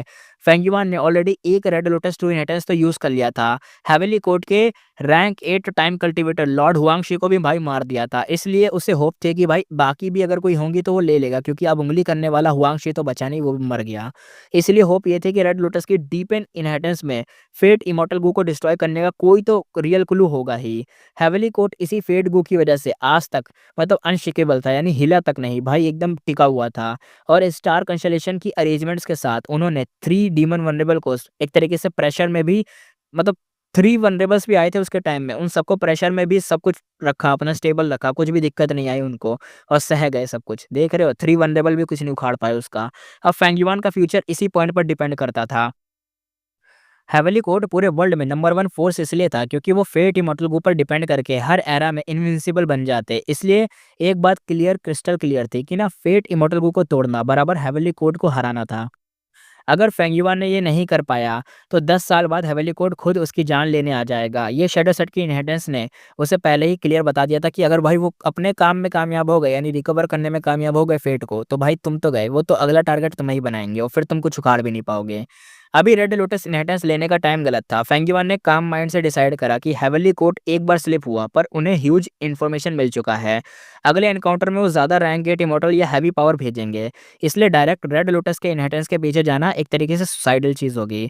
पहले ग्रो करो, पहले बेटर स्ट्रेंथ को बढ़ाओ, तभी रेड लोटस इनहेरिटेंस लेने का कोई चांस है और तभी फेट गू को डिस्ट्रॉय करने की उम्मीद बनती है। लेकिन प्रॉब्लम्स भी यहाँ पे थी। पहली प्रॉब्लम, इमॉर्टल एसेंस की डेफिशिएट। इमॉर्टल एसेंस और इमॉर्टल एसेंस के स्टोन दोनों ही ऑलमोस्ट खत्म हो गए भाई के पास। दूसरा, रिवर्स लो प्रोटेक्शन सील अनसेफ है। फेंग जीजे के साउंड पाथ के रिमूव से भी भाई वो फाइट में उसको साउंड सुनाई देता है और दिक्कत होती है उसको। वो जो सील है उसको भी पेनिट्रेट करके साउंड सुनाई देता है भाई को, और ये बहुत बड़ी वार्निंग है, यानी दिक्कत दे सकती है चीज़।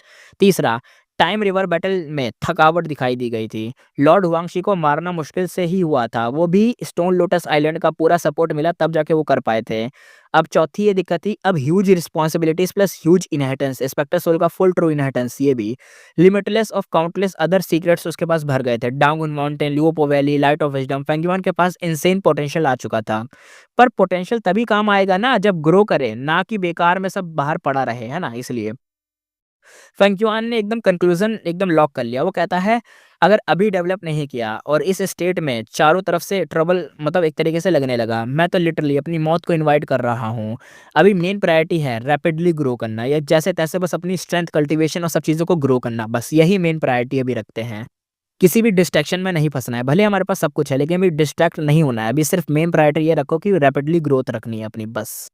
अब यहाँ पे ना सीन शिफ्ट हो जाता है। सीन दिखाया जाता है लियानयून ब्रेसलैंड के अंदर एक फ्लैट बाउंडलेस पेन जैसा लैंडस्केप था। यहाँ पे ज़ाओ लियन ने डिफाइन सेंस फैलाकर पूरे इमॉर्टल प्राइमेसी को स्कैन करा था।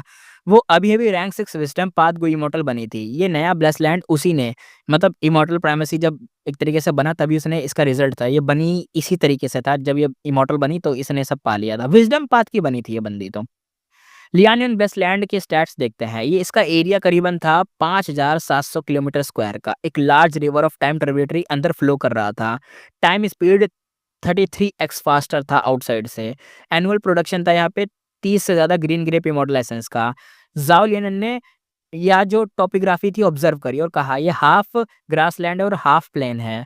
ग्रासलैंड उसके northern plains lifelong emotions का टाई अप रिफ्लेक्शन था और प्लेन्स सेंट्रल कम्युनिटी की कल्चर को इन्फ्लुएंस करता था। ग्रासलैंड में नेचुरली ग्रीन चीज़ें एकदम ग्रोथ करती है और प्लेन में फर्टाइल था। यहाँ पे कल्टीवेशन करने से बहुत आउटपुट मिल सकता था। ब्लेस लैंड के अलावा उसने इमॉर्टल गो भी गेन किए थे। इमॉर्टल गो उसके पास थे रैंक 9 का लव गो, ऑलरेडी नोन, हम सब जानते हैं। बाकी उसके पास रैंक 6 विजडम पाथ के रिमेम्बरेंस गू थे, जैसे फ्लाइंग आंट जैसे शेप वाला था, silver body, high speed flight वाला, स्टिल होने पर वाइट हॉलो एमिट करता है, ऐसे टाइप की चीज़ें। ज़ाओ लियन ने आंखें खोली और धीरे से देखा और कहा, माँ होंग्युन, मैं अब मॉर्टल नहीं, मैं गू इमॉर्टल बन गई हूँ। इमॉर्टल बनने की खुशी थी पर उससे ज़्यादा एक एम्प्टी लोनलीनेस फीलिंग उसे फील हो रही थी। रिवर्स लो रिवर बैटल में माँ होंग्युन मर गया था पर उसकी सोल अभी भी एग्जिस्ट करती थी। ये आइडिया शू हाओ, एक विजडम पाथ इमॉर्टल ने डिड्यूस किया था। ज़ाओ लियन ने उस पर पूरा ट्रस्ट किया। अब यही उसकी कल्टीवेशन का मेन मोटिवेशन था कि माँ होंग्युन को रिवाइव करना, यानी उसके सोल को लाना। अपने इमोशंस को कंट्रोल करते हुए सीक्रेट रूम से बाहर आ गई। आज उसके लिए बहुत ही इंपॉर्टेंट दिन था। कॉरिडोर के एंड पर लिन जुन यिंग पहले से वेट कर रही थी। ज़ाओ लियन कहती है, ग्रीटिंग सिस्टर जुनियन, तो ली जुनिंग इसका नाम था। ली जुनिन स्माइल करते हुए कहती है, no need to be formal यार, चलो मैं तुम्हारे सीक्रेट इनहेरिटेंस पीक ले चलती हूँ, वहाँ चलो। अब देखते हैं secret inheritance peak. Spirit affinity house के इमॉर्टल का कोर रिसोर्स पॉइंट था। ज़ाओ लियनन पहली बार वहाँ आ रही थी और पीक देखते-देखते शॉक में पड़ गई। कहती है एयर में फ्लोट कर रहा है, हैं? दिखने में पास है लेकिन एक्चुअली बहुत दूर है, हैं? इमॉर्टल ऑरा एक्सट्रीमली डेंस है, हैं? हाई लेवल इमॉर्टल को फॉर्मेशन भी प्रोटेक्टेड है, हैं? पीक की इंचार्ज एक मतलब एक म्यूचुअल फैक्शन की सुप्रीम एल्डर थी जिसका नाम था फेरी ल्यू फेंग, जो कि दोनों फैक्शन को मतलब अपने औकात में रखवाती है कि "ए, शांत रहो, मैं तुम दोनों की किसी भी तरफ नहीं हूँ, मैं अपनी अलग तरफ हूँ बस।" लेकिन इसी विजिट के वो खुद नहीं आई थी, एक विल क्लोन भेजा था इसकी विजिट पर, यानी यहाँ पे उसकी विल का एक क्लोन था और यहाँ पे अपनी ज़ाओ लिनन आई थी। ज़ाओ लिनन को कोई इश्यू नहीं लगा। लिन जुन ने हल्का सा उसकी तरफ देखा कि अरे! ये बुढ़िया खुद नहीं आई, मतलब विल भेज दी। Traditionally current generation fairy of spirit affinity house को पर्सनली वेलकम किया जाता है, स्पेशली पहली बार जब वो सेक्ट की सपोर्ट लिस्ट लेने आती है। और फेरी ल्यू फेंग का पर्सनली ना आना एक तरीके से कन्वेंशन ब्रेकिंग था, इसलिए। तो ज़ाओ लिनन तो कुछ कहती नहीं है, उसका क्या है, उसको तो क्या ही पता। वो आगे कहते हैं junior Lin Yun pays respect to senior Liu Feng. अब देखते हैं फेरी यूफेंग की जो विल थी वो पोलाइटली स्माइल करते हुए कहती है, नो नीड टू बी, मतलब इतना ज़्यादा वो मत बनो, you are the sect current generation fairy, please check this Gu. और वो चेक करती है, उसने एक इन्फॉर्मेशन पाथ मॉडल को दिया। ज़ाओ लियोनन ने कंटेंट देखे, आइटम्स को इतनी मतलब लॉन्ग लिस्ट थी, क्या बताएँ, डार्ज़लिंग लिस्ट वो इतनी खतरनाक थी और वो पूरी मोमेंटली एकदम स्टंट रह गई कि अरे इतनी बड़ी लिस्ट है। ज़ाओ लियोनन कहती है, सिस्टर जुनिंग प्लीज़ मेरी जगह चेक कर लीजिए। वो स्मार्ट थी इसलिए इंस्टेंटली ली जुनियन को दे दिया। ली जुनियन ने कंटेंट रीड करे और स्लोली अपना हाँ में हाँ मिलाया। ये फुल और जेन्युइन लिस्ट थी। कोई एक तरीके से रिडक्शन नहीं था, मतलब एक तरीके से करप्शन नहीं थी इसके अंदर। जो मिला था ओरिजिनली उसके पास ही आया था, बीच में कुछ घटा गायब नहीं हुआ था। ये सच में स्पिरिट एंडी हाउस का फुल सपोर्ट पैकेज था। ली जुनयंग ने वॉइस ट्रांसमिशन के थ्रू सॉफ्टली समझाया।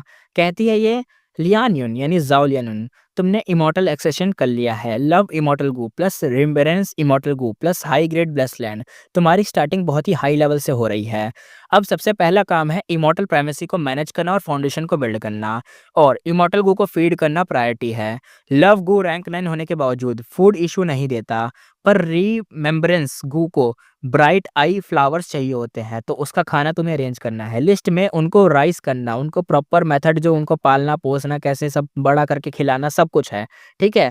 ये ऑप्शन चूज़ करना, ठीक है? ज़ाओ लियून ने तुरंत ही हेड हिलाया कि हाँ जी, जी, जी, बिल्कुल, बिल्कुल, सही कह रही हो सिस्टर। बाकी के 2 ऑप्शन और भी बता दीजिए। करंट जनरेशन फेरी होने के बेनिफिट 3 रिसोर्स कंप्लीटली फ्री थे। नॉर्मल गू इमॉर्टल्स के लिए कुछ स्टेप कंट्रीब्यूशन लेने पड़ते हैं, तब जाके उनको कुछ चीज़ें मिलती हैं। लेकिन यहाँ पे इसको 3 रिसोर्स फ्री मिलेंगे।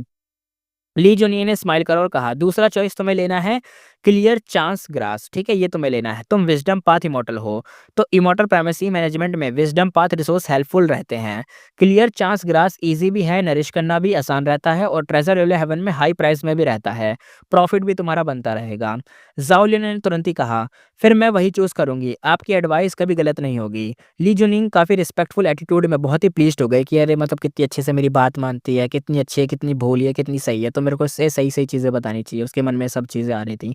फाइनल चॉइस अब वो आगे बताती है। ज़ाओ लियन कहती है ठीक है, तो आगे लास्ट और क्या लेना है? तो ली जुनियंग कहती है ऑब्वियसली पहला आइटम। ज़ाओ लियन कहती है इमॉर्टल एसेंस स्टोन्स। ली जुनियंग हँसते हुए कहते हैं एग्ज़ैक्टली, ब्राइट आई फ्लावर और क्लियर चांस ग्रास सेक्ट को जो क्वांटिटी देगी वो लार्ज स्केल प्लांटिंग के लिए इनफ नहीं होगी। लार्ज स्केल नहीं हुआ तो इनका कोई फ़ायदा ही नहीं। सीड्स और बल्क कल्टीवेशन के लिए इमॉर्टल एसेंस स्टोन बहुत ही ज़रूरी होते हैं, तो वही तुम्हें चाहिए। और इमॉर्टल एसेंस स्टोन तुम्हारा करेंसी भी तो है, एक तरीके से तुम्हारा क्या पूरे वर्ल्ड का करेंसी है, और उन्हें कन्वर्ट करके इमॉर्टल एसेंस भी मिल सकता है।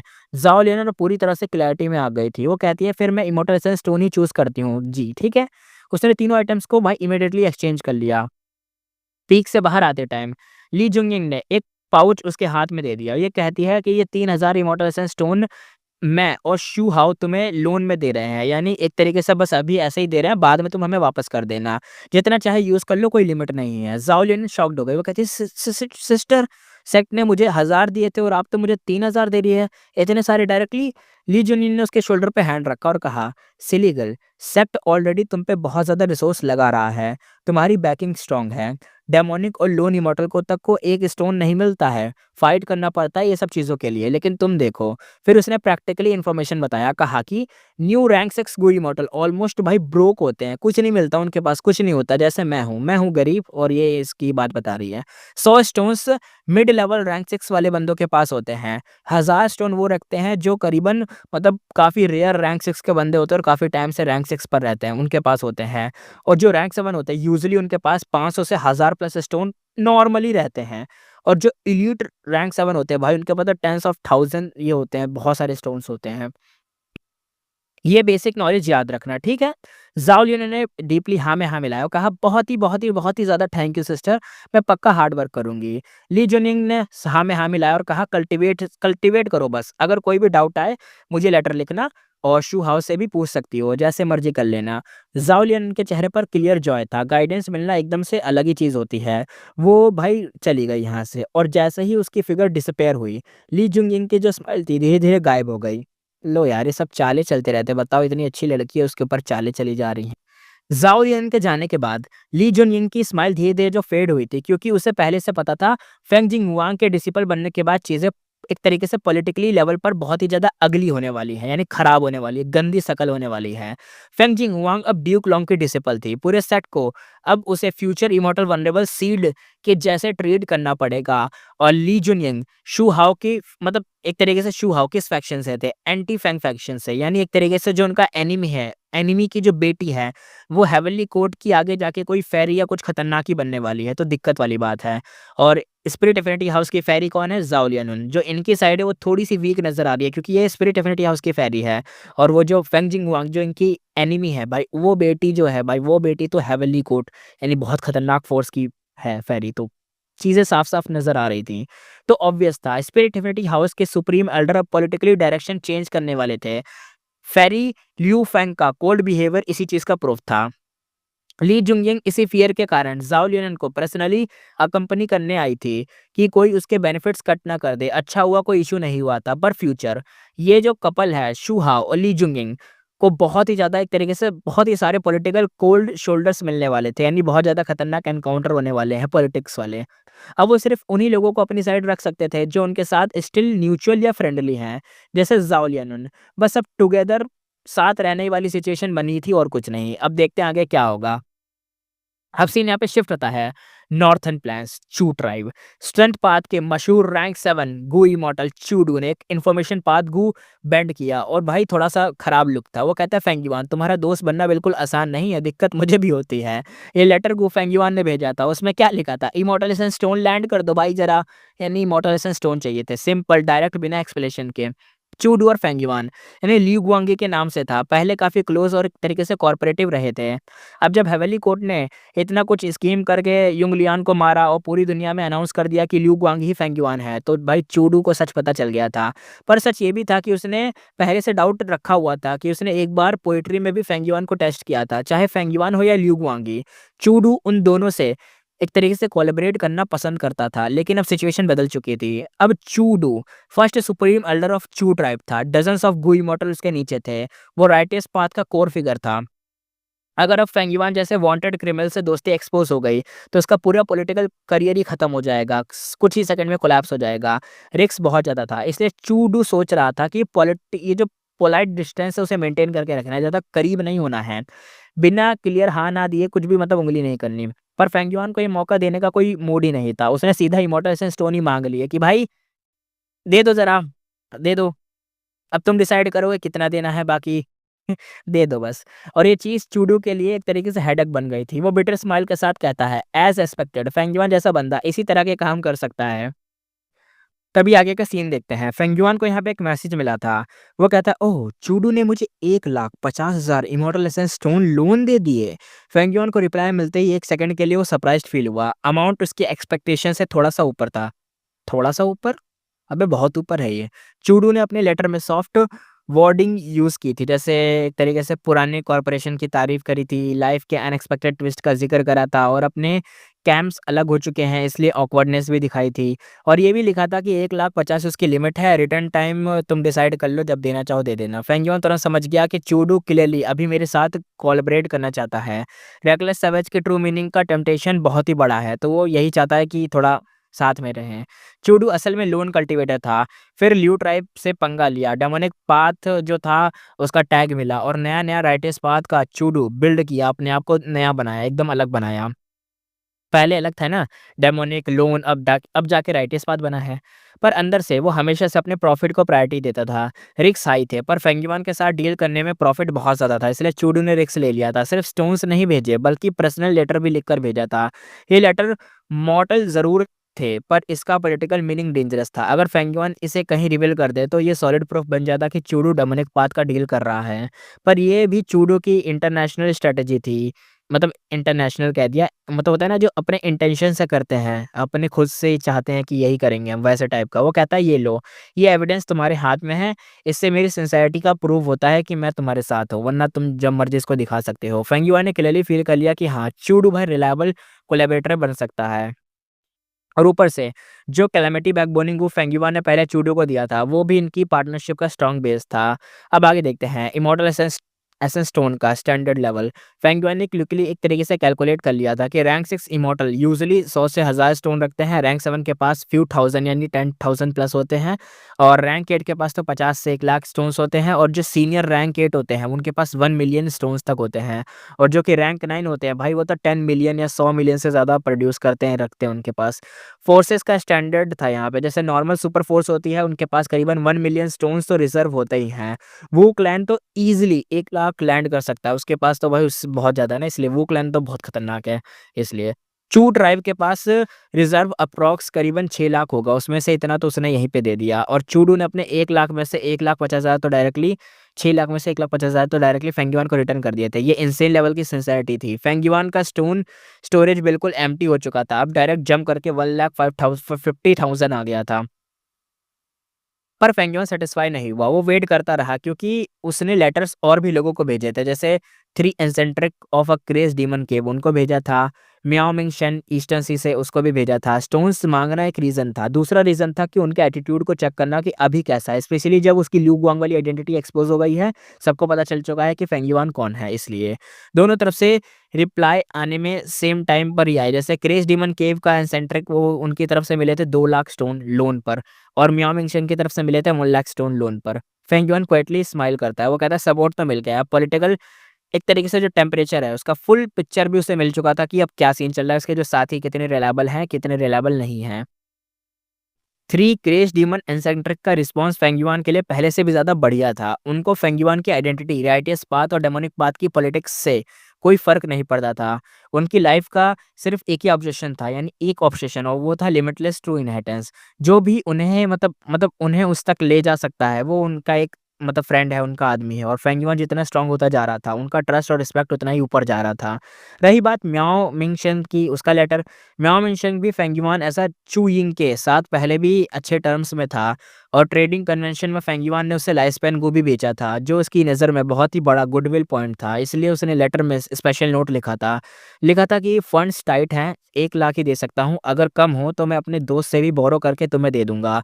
ये सिंसेरिटी एक क्लियर सिग्नल था कि मियाओ मिंगशन फुली एकदम रिलायबल बंदा है फेंग युआन के लिए, बहुत सही है, एकदम गुडविल शो कर रहा है वो।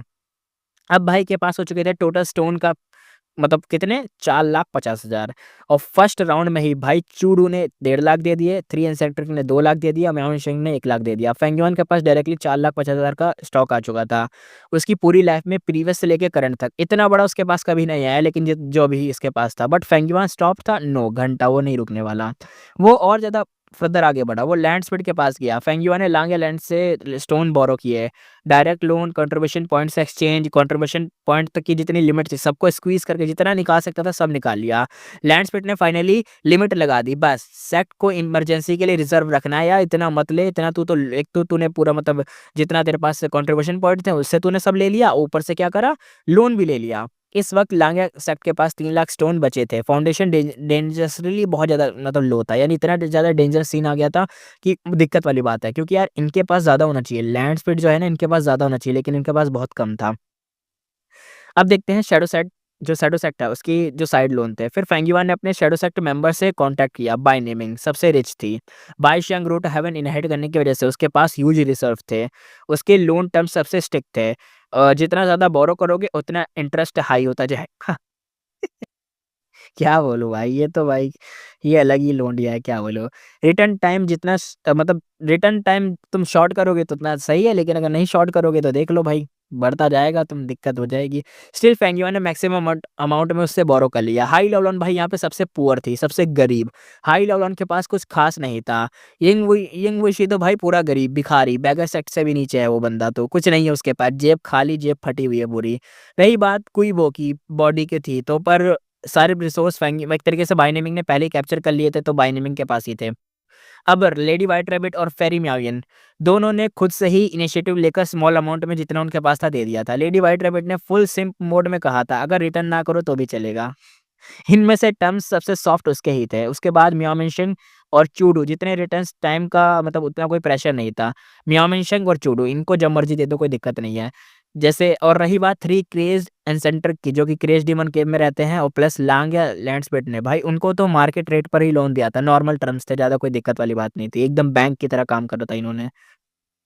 मियाओमिंशिंग ने लिख दिया था कि टाइम लिमिट फ्लेक्सिबल है, टेंशन मत लेना। अब आगे देखते हैं, फाइनल आउटकम उसके पास आया करीबन 17,30,000। बहुत बेहतरीन भाई, 17,30,000 स्टोन है इसके पास, इमॉर्टल एसेंस स्टोन। बहुत ही जब बात बड़ा अमाउंट है भाई। सब जगह से बोरो करना कंप्लीट हुआ। फेंगयुआन के पास टोटल स्टोन आ चुके थे 17,30,000। ये अमाउंट चूडू ट्राइब से भी ज़्यादा क्रॉस कर गया, लांग सेक्ट को भी क्रॉस कर दिया, मोस्ट सुपर फोर्सेस को भी क्रॉस कर गया। एक इंडिपेंडेंट गू इमॉर्टल के लिए ये लेवल का स्टोन स्टोरेज शॉकिंग था। फेंगयुआन की आंखों में क्लैरिटी, एक कोल्ड कैलकुलेशन चमक रही थी। कुछ बड़ा करने वाला है भाई, ये कुछ तो बहुत बड़ा करने वाला है। वो कहता है अब मैं डेवलपमेंट फेज में हूँ, फुल स्पीड जा सकता हूँ मैं। रैंक 6, रैंक 7 कोई मॉडल के पास इतना कैपिटल होना लगभग इम्पॉसिबल होता है। रैंक 8 में भी सिर्फ वही लोग ये कर पाते हैं जो करीबन 10 या 15 लाख स्टोन रखते हैं। बहुत ही ज़्यादा पुराने लोग होते हैं, एक्सपीरियंस होते हैं और अल्ट्रा स्टेबलिस्ट लोग होते हैं, एकदम एक्सपर्ट होते हैं, वही होते हैं जिनके पास ऐसा कुछ होता है, जो वो भी रैंक 8 में। मतलब क्वांटिटी के हिसाब से देखा जाए तो फेंगयुआन इस वक्त कुछ सीनियर रैंक 8 इमॉर्टल से भी ज़्यादा रिच लग रहा था। बट ये भी सच था कि ये सब स्टोन उसके खुद के नहीं थे, ऑलमोस्ट सब एकदम लोन पे लिए गए थे, बोरोड थे। और 1 सेकंड में फेंगयुआन का डेप्थ लेवल स्काई हाई हो गया था। फिर भी उसके चेहरे पर टेंशन का नामो-निशान नहीं था, क्योंकि फेंगयुआन के माइंडसेट से एक ही चीज़ चल रही थी, मैं इन स्टोन से और भी ज़्यादा कमा सकता हूँ। उसका कॉन्फिडेंस पूरा एकदम शांत था, कैलकुलेटेड था और डेंजरस डिटर्मिनेशन से फिल्ड था। डेप्थ हो या एक तरीके से डेप्थ हो या रिस्क, फेंगयुआन के लिए ये सब सिर्फ एक इन्वेस्टमेंट टूल्स थे। हाँ भाई, क्या बोले, इन्वेस्टमेंट बैंकर है ना भाई अपना। अब आगे का सीन देखते हैं। कुछ दिनों बाद central continent spirit infinity house का सीन देखते हैं। ज़ाओ लियून ने फिर से अपनी डिवाइन सेंस फैलाई और अपने लियानयुन ब्लेस्ड लैंड को स्कैन करा। पूरा जो सीन था पहले से बिल्कुल डिफरेंट लग रहा था। एक तरफ ब्राइट आई फ्लावर का ह्यूज फील्ड था, रिमेम्बरेंस इमॉर्टल गू का जो फूड है। दूसरी तरफ क्लियर चांस ग्रास का एक छोटा सा ग्रास लैंड था। ऊपर 3 रैंग विंग्स वाले लेबर स्वैलो इधर से उधर चक्कर काट रहे थे। ये पेट्स को ईट करने के लिए स्पेशली मंगवाया था। एक तरीके से होता नहीं है कि उसको खा मतलब जो कीड़े होते हैं उनको खाने के लिए, वैसे टाइप का। पर इन सारे सेटअप के पीछे एक प्रॉब्लम थी। ज़ाओलियन कहती है यार मेरे इमॉर्टल एसेंस स्टोन तो ऑलमोस्ट खत्म हो चुके हैं। स्टार्ट में जो नंबर बड़ा लग रहा था, अब जब इतना कुछ चलाया वेस्ट टाइम में पता चला कि कल्टीवेशन वर्ल्ड में अमाउंट कुछ भी नहीं है, क्योंकि रिसोर्स ग्रो करना अलग बात है, लेकिन पूरे इकोसिस्टम को क्रिएट करना, सॉइल, पानी, climate adjust, pest control sorry, इन सबको, तो भाई ये सब कंट्रोल करने में सब उड़ जाता है। उन्होंने क्विकली एस्टिमेट लगाया कि 1 साल में रिमेम्बरेंस गो के लिए फ्लावर स्टेबल हो जाएँगे और 2 साल में दोनों क्रॉप्स सेल करके कुछ 100 स्टोन्स आएँगे और 3 साल में ली जुंगयिंग का लोन रिपे कर पाएँगे। अब सब कुछ परफेक्ट चलेगा तो ऐसा होगा, वरना नहीं, और ये भी आइडियल कंडीशन में ही पॉसिबल था। इन सब ने क्लियरली दिखा दिया कि गुई मॉडल कल्टीवेशन बिल्कुल ईज़ी नहीं होता। फिर भी उसके ब्लेस्ड लैंड में टाइम फ्लो फास्ट था और डिवाइन कंसीलमेंट की वजह से कोई भी क्लाइमेटिक ट्रिब्यूलेशन की टेंशन ही नहीं थी, वरना स्ट्रगल तो और ज़्यादा डबल हो जाते। यार कितना बढ़िया है कि मतलब कोई मतलब यार, तो फिर ये एकदम, 1 मिनट यार, अगर कल्टीवेशन और ट्रिब्यूलेशन नहीं आएँगे तो इसकी रैंक कैसे अप होगी? दाँव कैसे गेन होंगे? और इसको सच में क्लैमिटी और ट्रिब्यूलेशन से कोई टेंशन ही नहीं है यार, कितनी बड़ी बात है यार, डिवाइन कंसीलमेंट क्या ही खतरनाक चीज़ है। ज़ाओ लिन सोच रही थी कि और लेबर मतलब ये जो लेबर्स हैं इनको खरीद लूँ, तो ट्रेज़र 11 उसने ओपन कर दिया और नज़र लगाने लग गई कि कुछ मिल जाए। तभी वहाँ पे उसे दिखा गट्स को, उसका एक्सप्रेशन तुरंत ही शिंक हो गया। ये वही गू था जो सिर्फ फेंगयुआन बना सकता था और मार्केट में हमेशा रेयर और हाई प्रॉफिट होता था। ब्लैक मार्केट ट्रेडर्स इसको बल्क में लेके ज़्यादा प्राइस पर बेचते थे। ज़ाओ लियन ने इस ट्रेड को बहुत क्लोजली स्टडी किया था क्योंकि फेंगयुआन उसका एनिमी था और जितना वो ऑब्जर्व करती उतना ही उसे समझ आता कि मैं चाहे कितनी भी मेहनत करूँ, फेंगयुआन के फेस को कभी कैचअप नहीं कर सकूंगी। ये उसका दिमाग में आ चुका था। स्मार्ट बंदी है ये। उसके दिल के अंदर से बाहर आया रेज और एक तरीके से हेल्पलेसनेस। तभी ट्रेजर इन हेवन में एकदम से ना एक हंगामा समझ गया। मल्टीपल गुई मॉडल की व्हील एक डायरेक्शन में जमा होने लग गए। ज़ाओ लियन कहती है, क्या ये लार्ज ट्रांजैक्शन है? लिन जिंगिंग बोल रही थी कि ऐसे इवेंट्स बहुत ही रेयर होते हैं। चलो चल के देखते हैं। वो क्यूरियोसिटी में उधर रश करके चली गई। सीन पहुंचते ही वो लिटरली शॉक में आ गई। एक जाइंट फैटी लुकिंग व्हील आसमान में क्रॉस लेग बैठा हुआ था। उसके इर्द-गिर्द ईयरगू का पहाड़ था। करीबन 1 लाख से ज़्यादा ईयरगू थे यहाँ पे। बहुत ही ज़्यादा ईज़िली समझ सकते हो ये देखकर कि भाई 1 लाख तो होंगे ही। ये साइट इतनी मैसिव थी कि ज़ाओ लियन ने पहली बार इमॉर्टल ट्रेड का रियल स्केल समझा था। दूसरे व्हील तुरंत ही भाई प्राइस पूछने लग गए। मतलब कहते हैं कि अगर क्वांटिटी ठीक हो तो मैं खरीदूँगा। दूसरा कहता है टाइम पाथ मॉडल गू का डिमांड हमेशा होता है। तीसरा कहता है इवन रीस्केल करने का भी मौका रहेगा। और आखिरी में बंदा पूछता है ये सेलर कौन है? टाइमिंग तो परफेक्ट है इसकी, एकदम सही टाइमिंग पे आया है। क्राउड में डिस्कशन एकदम क्रेज़ चालू हो गया था। ज़ाओ लियन साइड में क्वाइटली खड़ी होकर सब कुछ देख रही थी। उसके मन में सिर्फ़ एक ही थॉट चल रहा था, मैं अभी बहुत ही छोटी हूँ। ये दुनिया मेरे जैसे नए मॉडल को तो 1 सेकंड में ही याद दिला देती है कि मेरी औकात क्या है। लेकिन ये लौंडिया भी भूल रही है भाई कि इसके पास रैंक 9 का लव इमॉर्टल गू है। ज़ाओ लियनन के डिवाइन सेंस एकदम तैयार थी। जैसे-जैसे विल्स भी बेफ़िक्र बातें कर रहे थे, उनके सामने मार्केट का पूरा इनर वर्किंग खुल रहा था। साफ लग रहा था कि ये ईयरगू बेचने वाला बड़ा ट्रेज़र इले हेवन का कोई पुराना सेलर नहीं है। टाइमिंग थोड़ी-सी जल्दी थी और अभी वाले ट्रेड में तो प्रॉफ़िट मिल जाएगा, ऐसा लग रहा था। लेकिन अगर इसे रेगुलरली ट्रेड करना चालू किया, तो फिर सीधा क्लैश होगा। अगर क्लैश का मतलब प्राइस वॉर और एक तरीके से ब्लडशेड फैल जाएगा हर तरफ कि प्राइस वॉर हो जाएगा कि मैं इतने दूँगा, सारा मुझे बेचो, वो कहेगा मैं इतने दूँगा, मेरे को बेचो। होता है ना जैसे बिड चलती है वैसे टाइप का। ज़ाओ लियन के दिमाग में तुरंत ही एक चीज़ का स्पार्क आया। वो कहती है अगर ये बंदा लॉन्ग टर्म मार्केट में घुसने वाला है तो मैं इसको ध्यान से ऑब्ज़र्व करूँगी क्योंकि आगे चल के उसे भी अपने रिसोर्स को ट्रेज़र इले हेवन में बेचने होंगे। ब्राइट आई फ्लावर और क्लियर चांस ग्रास यूनिक नहीं है, मतलब मार्केट में घुसना पड़ेगा, कंपटीशन फेस करना ही पड़ेगा। मोनोपोलीज़ बहुत कम होते हैं, फेंगयुआन जैसे लोग रेयर ही एक्सेप्शन होते हैं जो मोनोपोलीज़ क्रिएट करते हैं। मोनोपीस मीन्स यही होता है कि जब तुम्हारे पास कोई ऐसी चीज़ हो जो सिर्फ़ तुम ही बेच रहे हो और भाई तुम फिर उसका प्राइस जब मर्ज़ी ऊपर कर दो, जब मर्ज़ी कम कर दो, मोनोपोली क्रिएट कर दो, तो इसका मीन्स यही होता है। आगे देखते हैं, वो कहती है ईयरगू बैटल को समझूँगी, तो मुझे फ्यूचर में बहुत हेल्प मिलेगी। ये सोचकर वो पूरी फ़ोकस के साथ देखने लग गई। फिर सीन और ज़्यादा गरम हट होता गया। गुई मॉडल लाइन में लगाकर ईयरगू खरीद रहे थे। टाइम बाद मॉडल गू का मार्केट डिमांड ऑलरेडी हाई होता है। ट्रांज़ैक्शन बहुत फ़ास्ट हो रही थी और प्रॉफ़िट लिटरली सेकंड्स में एक्यूमुलेट हो रहा था। ज़ाओ लियन का मन एक तरीके से हिल ही गया। वो कहते हैं सिर्फ़ कुछ ही एस्टिमेट राउंड में ही ये ऑलरेडी 50,000 से ज़्यादा इमॉर्टल एसेंस स्टोन कमा लिए गए हैं और असली शौक तो अभी बाकी था। सेलर सेल करता जा रहा था पर उसके इर्द-गिर्द ईयरगू की जो क्वांटिटी थी कम ही नहीं हो रही। जो 1 लाख के 1 लाख दिख रहे थे ना सबको, वही 1 लाख ही दिखे जा रहे हैं और जो बेच रहा है वो कहीं और से बेच रहा है। क्राउड में हंगामा मच गया। कहता है ये आदमी के पास कितने ईयरगू हैं? दूसरा कहता है ये तो भाई मेगा ट्रांज़ैक्शन लग रहा है। तीसरा कहता है शी बाओशू, रोंगशिन और वांग मिंगयू मेन सेलर्स हैं यहाँ के। ये देखकर बिल्कुल चुप नहीं रहेंगे। वो भी कुछ ना कुछ बेचने या मतलब भड़कने या कुछ ना कुछ तो करने वाले हैं। ज़ाओ लियन के अंदर एक्साइटमेंट सीधा एकदम स्काई हाई हो गई। ये कोई नॉर्मल ट्रेड नहीं था। मार्केट में एक बड़ा, कुछ ज़्यादा ही बड़ा शार्क एंटर हो रहा है और पुराने शार्क को डेफिनेटली मतलब कुछ ना कुछ तो रिप्लाई देना पड़ेगा और रिप्लाई देंगे। Conclusion was clear. ईयरगू का full scale price war start होने वाला है। अब सीन देखते हैं। ईस्टर्न सी में शिफ्ट होता है क्लियर सी एरिया के अंदर। एक डीप सी ज़ोन में एक अकेला खड़ा एक जेड पवेलियन रैंक 6 इमॉर्टल गु हाउस लाइट छोड़ रहा था। अंदर शी बाओशू अपने दोस्त यू शियानज़ी की मेहमान नवाज़ी कर रहा था। बाहर के ह्यूज एक तरीके से इतने ट्रीज़ देखकर यू शियानज़ी एकदम इम्प्रेस्ड हुआ। वो कहता है लगता है फिर से हार्वेस्ट का टाइम आ गया है। इस साल ये ट्री लास्ट टाइम से भी ज़्यादा हेल्दी ग्रो हुए हैं। तेरा ग्रोइंग मेथड फिर से इम्प्रूव हुआ है क्या है? बता ज़रा। शी बाओ यू जेंटल स्माइल के साथ अपनी नाक को रब करते हुए कहता है, अरे यार इतना भी फ्लैटर मत कर, मक्खन मत लगा यार मुझे। तो यू शियानज़ी कहता है, अबे मक्खन नहीं लगा रहा, वार्निंग दे रहा हूँ। ट्रेज़र वाले हेवन में किसी ने अभी से ही ईयरगू सेल करना स्टार्ट कर दिया है। ये सुनकर शी बाओ शू कुछ सेकंड में चुप हो गया। फिर उसने एक मॉडल ईयरगू निकाला और शू शियानज़ी को दे दिया। शू शियान सॉरी कह दिया मैंने गलती से, यू शियानज़ी को दे दिया। तो यू शियानज़ी कहता है हाँ, रैंक 5 अच्छी क्वालिटी है, ग्लॉसी भी है, काफ़ी डिसेंट पीस है ये तो शी बाओशू कहता है ये मेरा ग्रो किया हुआ नहीं है, ये उस नए सेलर का ईयरगो है। यू शियांज़ी थोड़ा-सा सरप्राइज़ ज़रूर हुआ पर जल्दी ही समझ गया कि वो शी बाओशू को अच्छे से जानता है। ईस्टर्न सी में शी बाओशू एक तरीके से बहुत ज़्यादा फ़ेमस लोन कल्टीवेटर था। उसके पास बहुत ही ज़्यादा ट्रीज़ ग्रो करने का एक अलग ही लेवल का इनसाइट था और ये जो ट्रीज़ है इनका नाम है एक तरीके से विसिट्यूड ट्री।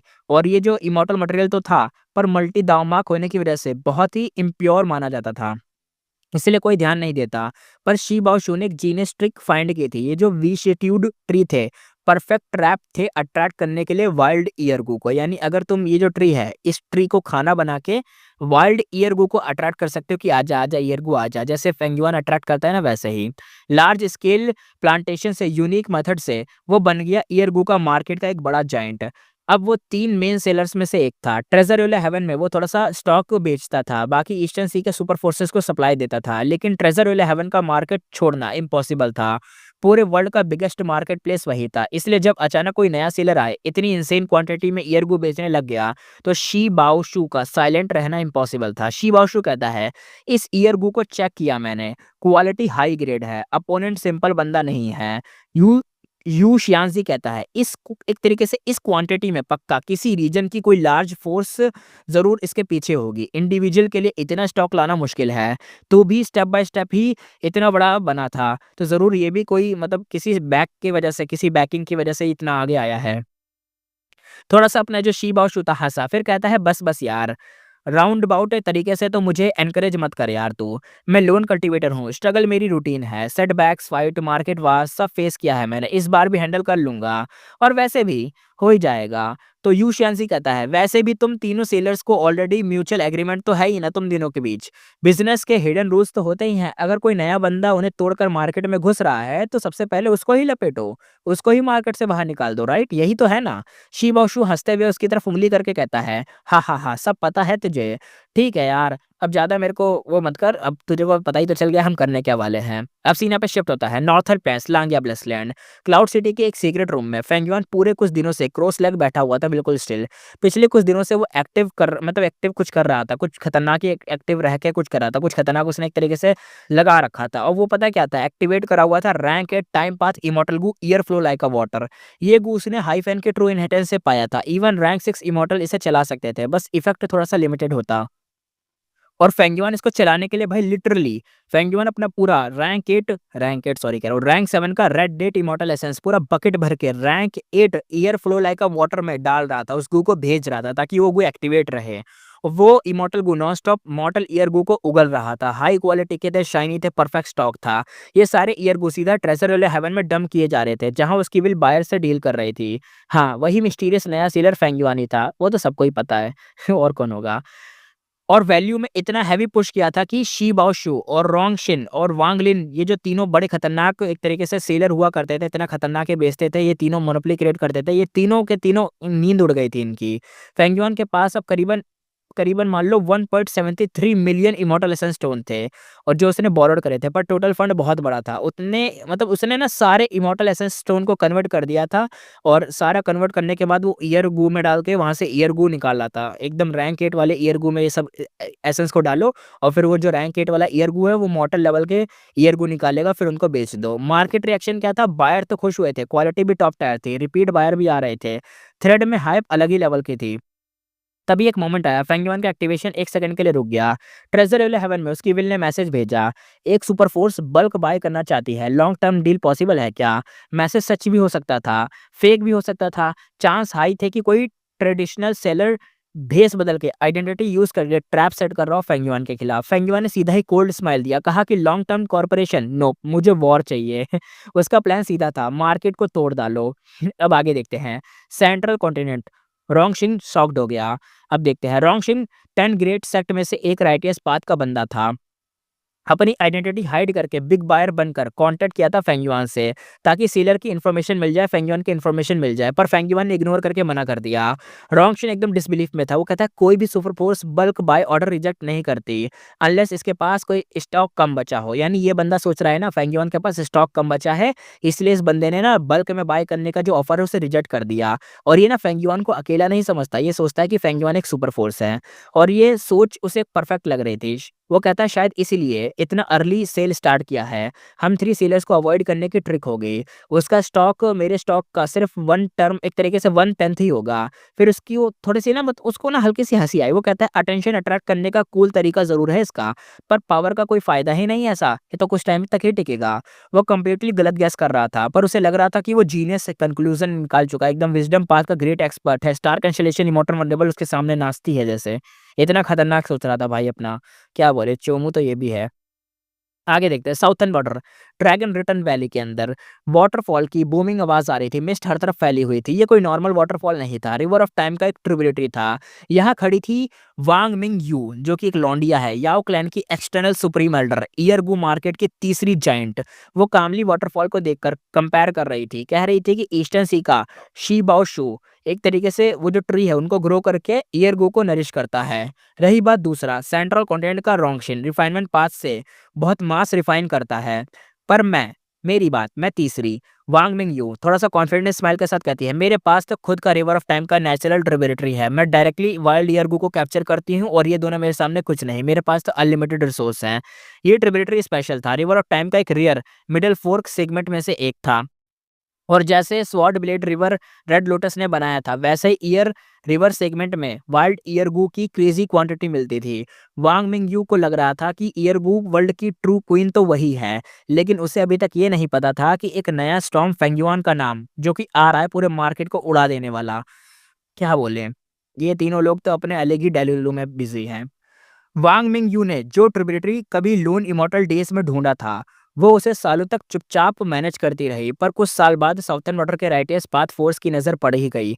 ऑब्वियसली सबको उस पर लालच आ गया था, सीक्रेट डील हुए और एंड में याओ क्लैन जीत गया। फिर याओ तियानजी ने वांग लिंग यू से शादी कर ली और इसी रीजन से याओ क्लैन ने ओपनली ड्रैगन रिटर्न वैली को अपना टेरिटरी बना लिया था। और आज का सिचुएशन यह है कि वांग मिंग यू ने एक तरीके से जो ट्रिब्यूटरी उसको चेक करा, वो कहती है इस साल का हार्वेस्ट बहुत ही सॉलिड है। वाइल्ड ईयरगू का टोटल जो जमा पूंजी है वो 30% ज़्यादा हुआ है पिछले साल से।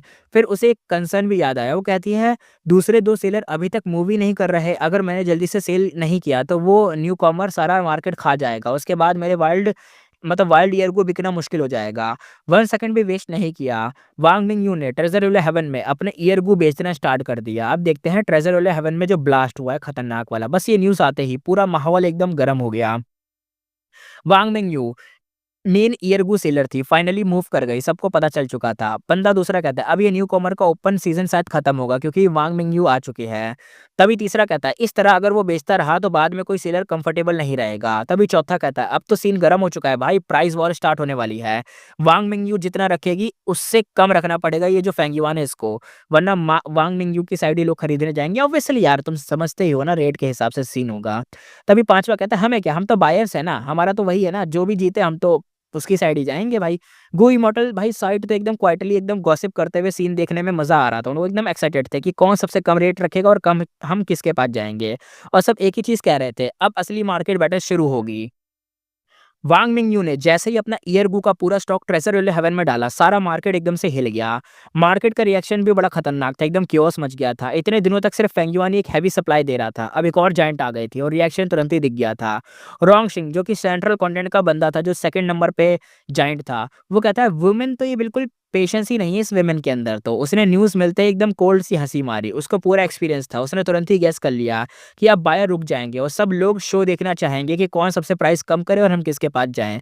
और वही हुआ, पूरा बाजार एकदम से ठंडा पड़ गया। वाई, क्योंकि अब सेलर 2 हो गए थे, सप्लाई डिमांड ऊपर चली गई थी। बायर्स बोल रहे थे पहले देखते हैं कौन किसकी वाट लगाता है। वांग मिंग्यू की प्रॉब्लम ये थी कि वो एकदम हेल्पलेस थी, उसके पास बहुत बड़ा स्टॉक था। अगर वो वेट करती तो बाद में जब शी बाओशू और रोंगशिन बेचना स्टार्ट करते तो उसके लिए जगह नहीं बचती, इसलिए वो रिस्क लेकर अर्ली सेल कर दिया था उसने। अब देखते हैं शी बाओशू का टेंशन वाला सीन। शी बाओशू न्यूज़ सुनते ही शॉक में आ गया। वो कहते हैं वांग मिंगयू जो तीसरी जायंट थी अर्ली क्यों बेच रही है, इतनी जल्दी क्यों बेच रही है? वो तो इतनी एक्सपीरियंस है, डिसएडवांटेज का पता ही होगा उसको, लेकिन इतनी जल्दी क्यों? फिर उसे समझ आया कि इसके पास भी मतलब एक तरीके से साल भर का भयानक स्टॉक ज़रूर होगा। तो वो सोच रहा हो, मतलब वो जो लौंडिया है वो सोच रही होगी कि अगर मैंने जल्दी नहीं बेचा तो उसका स्टॉक रह जाएगा और उसको प्रॉफ़िट नहीं होगा। उसके दिमाग में ज़रूर ये सब चल रहा होगा। एक दिन सोचने के बाद उसने भी अपने ईयरगो मार्केट में डाल दिए। अब देखते हैं third giant also jump in, यानी वो भी अंदर आ चुका था। अब बारी थी रोंगशिन की। 2 जायंट्स तो आ गए, अगर वो अकेला पीछे रहता तो भाई उसका तो नुकसान हो जाता। उसकी प्रॉब्लम ये थी कि वो रिफाइनमेंट पास से ईयरगो बनाता था। उसका स्टॉक तीनों में सबसे कम था। इस साल टाइमिंग कंप्लीटली ऑफ थी। उसके पास एक्यूमुलेट करने का टाइम ही नहीं मिला था। फिर भी मजबूरी में उसे मतलब बेचना तो पड़ा ही।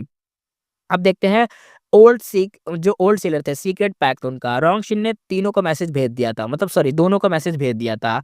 न्यू कॉमर या नो कॉमर, एक तरीके से हम तीनों पुराने एग्रीमेंट पर ही चलेंगे, राइट? ठीक है। शी बाओशु, वांग मिंगयू दोनों तो एग्री करा। उनका पुराना रूल ये था कि प्राइस कभी ब्रेक नहीं करना, प्राइस वॉर सेल्फ डिस्ट्रक्शन लाता है।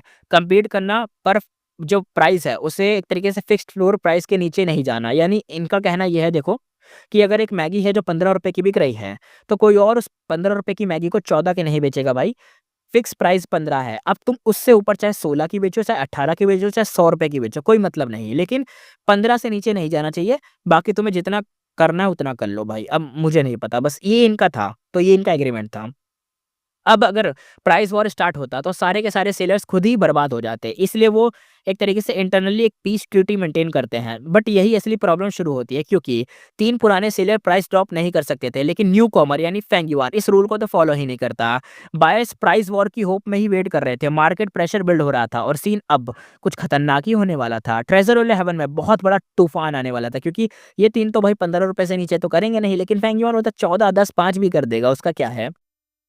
उसका असली काम पता है क्या है? उसको ना किसी भी तरीके से जो इनकी एग्रीमेंट है उसको तोड़वाना है ताकि इन तीनों का एग्रीमेंट टूट जाए और फिर ये तीनों आपस में लड़ मरे और फिर वो आराम से अपना काम कर पाएँ। और वो इस तरीके को आराम से अचीव कर सकता है। इस तरीके को अचीव करने के लिए उसे बस प्राइस को कम करना है उनके एग्रीमेंट से भी नीचे और काम बन जाएगा। वो लोग भी डर के मारे एग्रीमेंट तोड़ के अपना प्राइस भी कम कर देंगे और जैसे ही एक बंदे ने एग्रीमेंट तोड़ा तीनों तोड़ देंगे। होना तो यही चाहिए मेरी एक्सपेक्टेशन के हिसाब से, देखते हैं अब स्टोरी में क्या होता है। अब आगे देखते हैं। This created a problem. Feng yuan का एग्रेसिव एंट्री अब फाइनली अपना असली इम्पैक्ट दिखाने लगा था। ओल्ड सीलर का सबसे बड़ा डर था। उन 3 पुराने जायंट्स के बीच एक साइलेंट एग्रीमेंट था। पीस जो मतलब पीस ट्रीटी थी, आपस में लड़ना नहीं है, प्राइस को कभी तोड़ना नहीं है, मार्केट स्टेबल रखना है, एक-दूसरे को क्रश नहीं करना है। पर प्रॉब्लम यही तो थी। फेंग युआन तो यहाँ पे आउटसाइडर था, वो तो किसी रूल को फॉलो करेगा नहीं, ऑब्वियस उसका आंसर नो होगा। पर उसने प्राइस ड्रॉप किया और तीनों जो एकदम पैक्ट में बंधे थे, उनका क्या होगा? मार्केट तो भाई फ्रीज़ हो गया, फेंग युआन की सेल रुक गई थी। बॉसेस सेलर अब 4 हो गए थे। फेंग युआन इंस्टेंटली फ़ील करता है, वो कहता है मैं न्यू कॉमर हूँ, एक तरीके से क्वालिटी मेरी टॉप है पर रेपुटेशन मेरी नहीं है। बाकी 3 वांग मिंगयू, शी बाओशु, रोंगशिन सालों से मार्केट के एक तरीके से ठेकेदार बने पड़े हैं। रेपुटेशन और ट्रस्ट उनका ज़्यादा है और ट्रस्ट ही सेल होता है। फेंग युआन के लिए एक तरीके से डिसएडवांटेज था।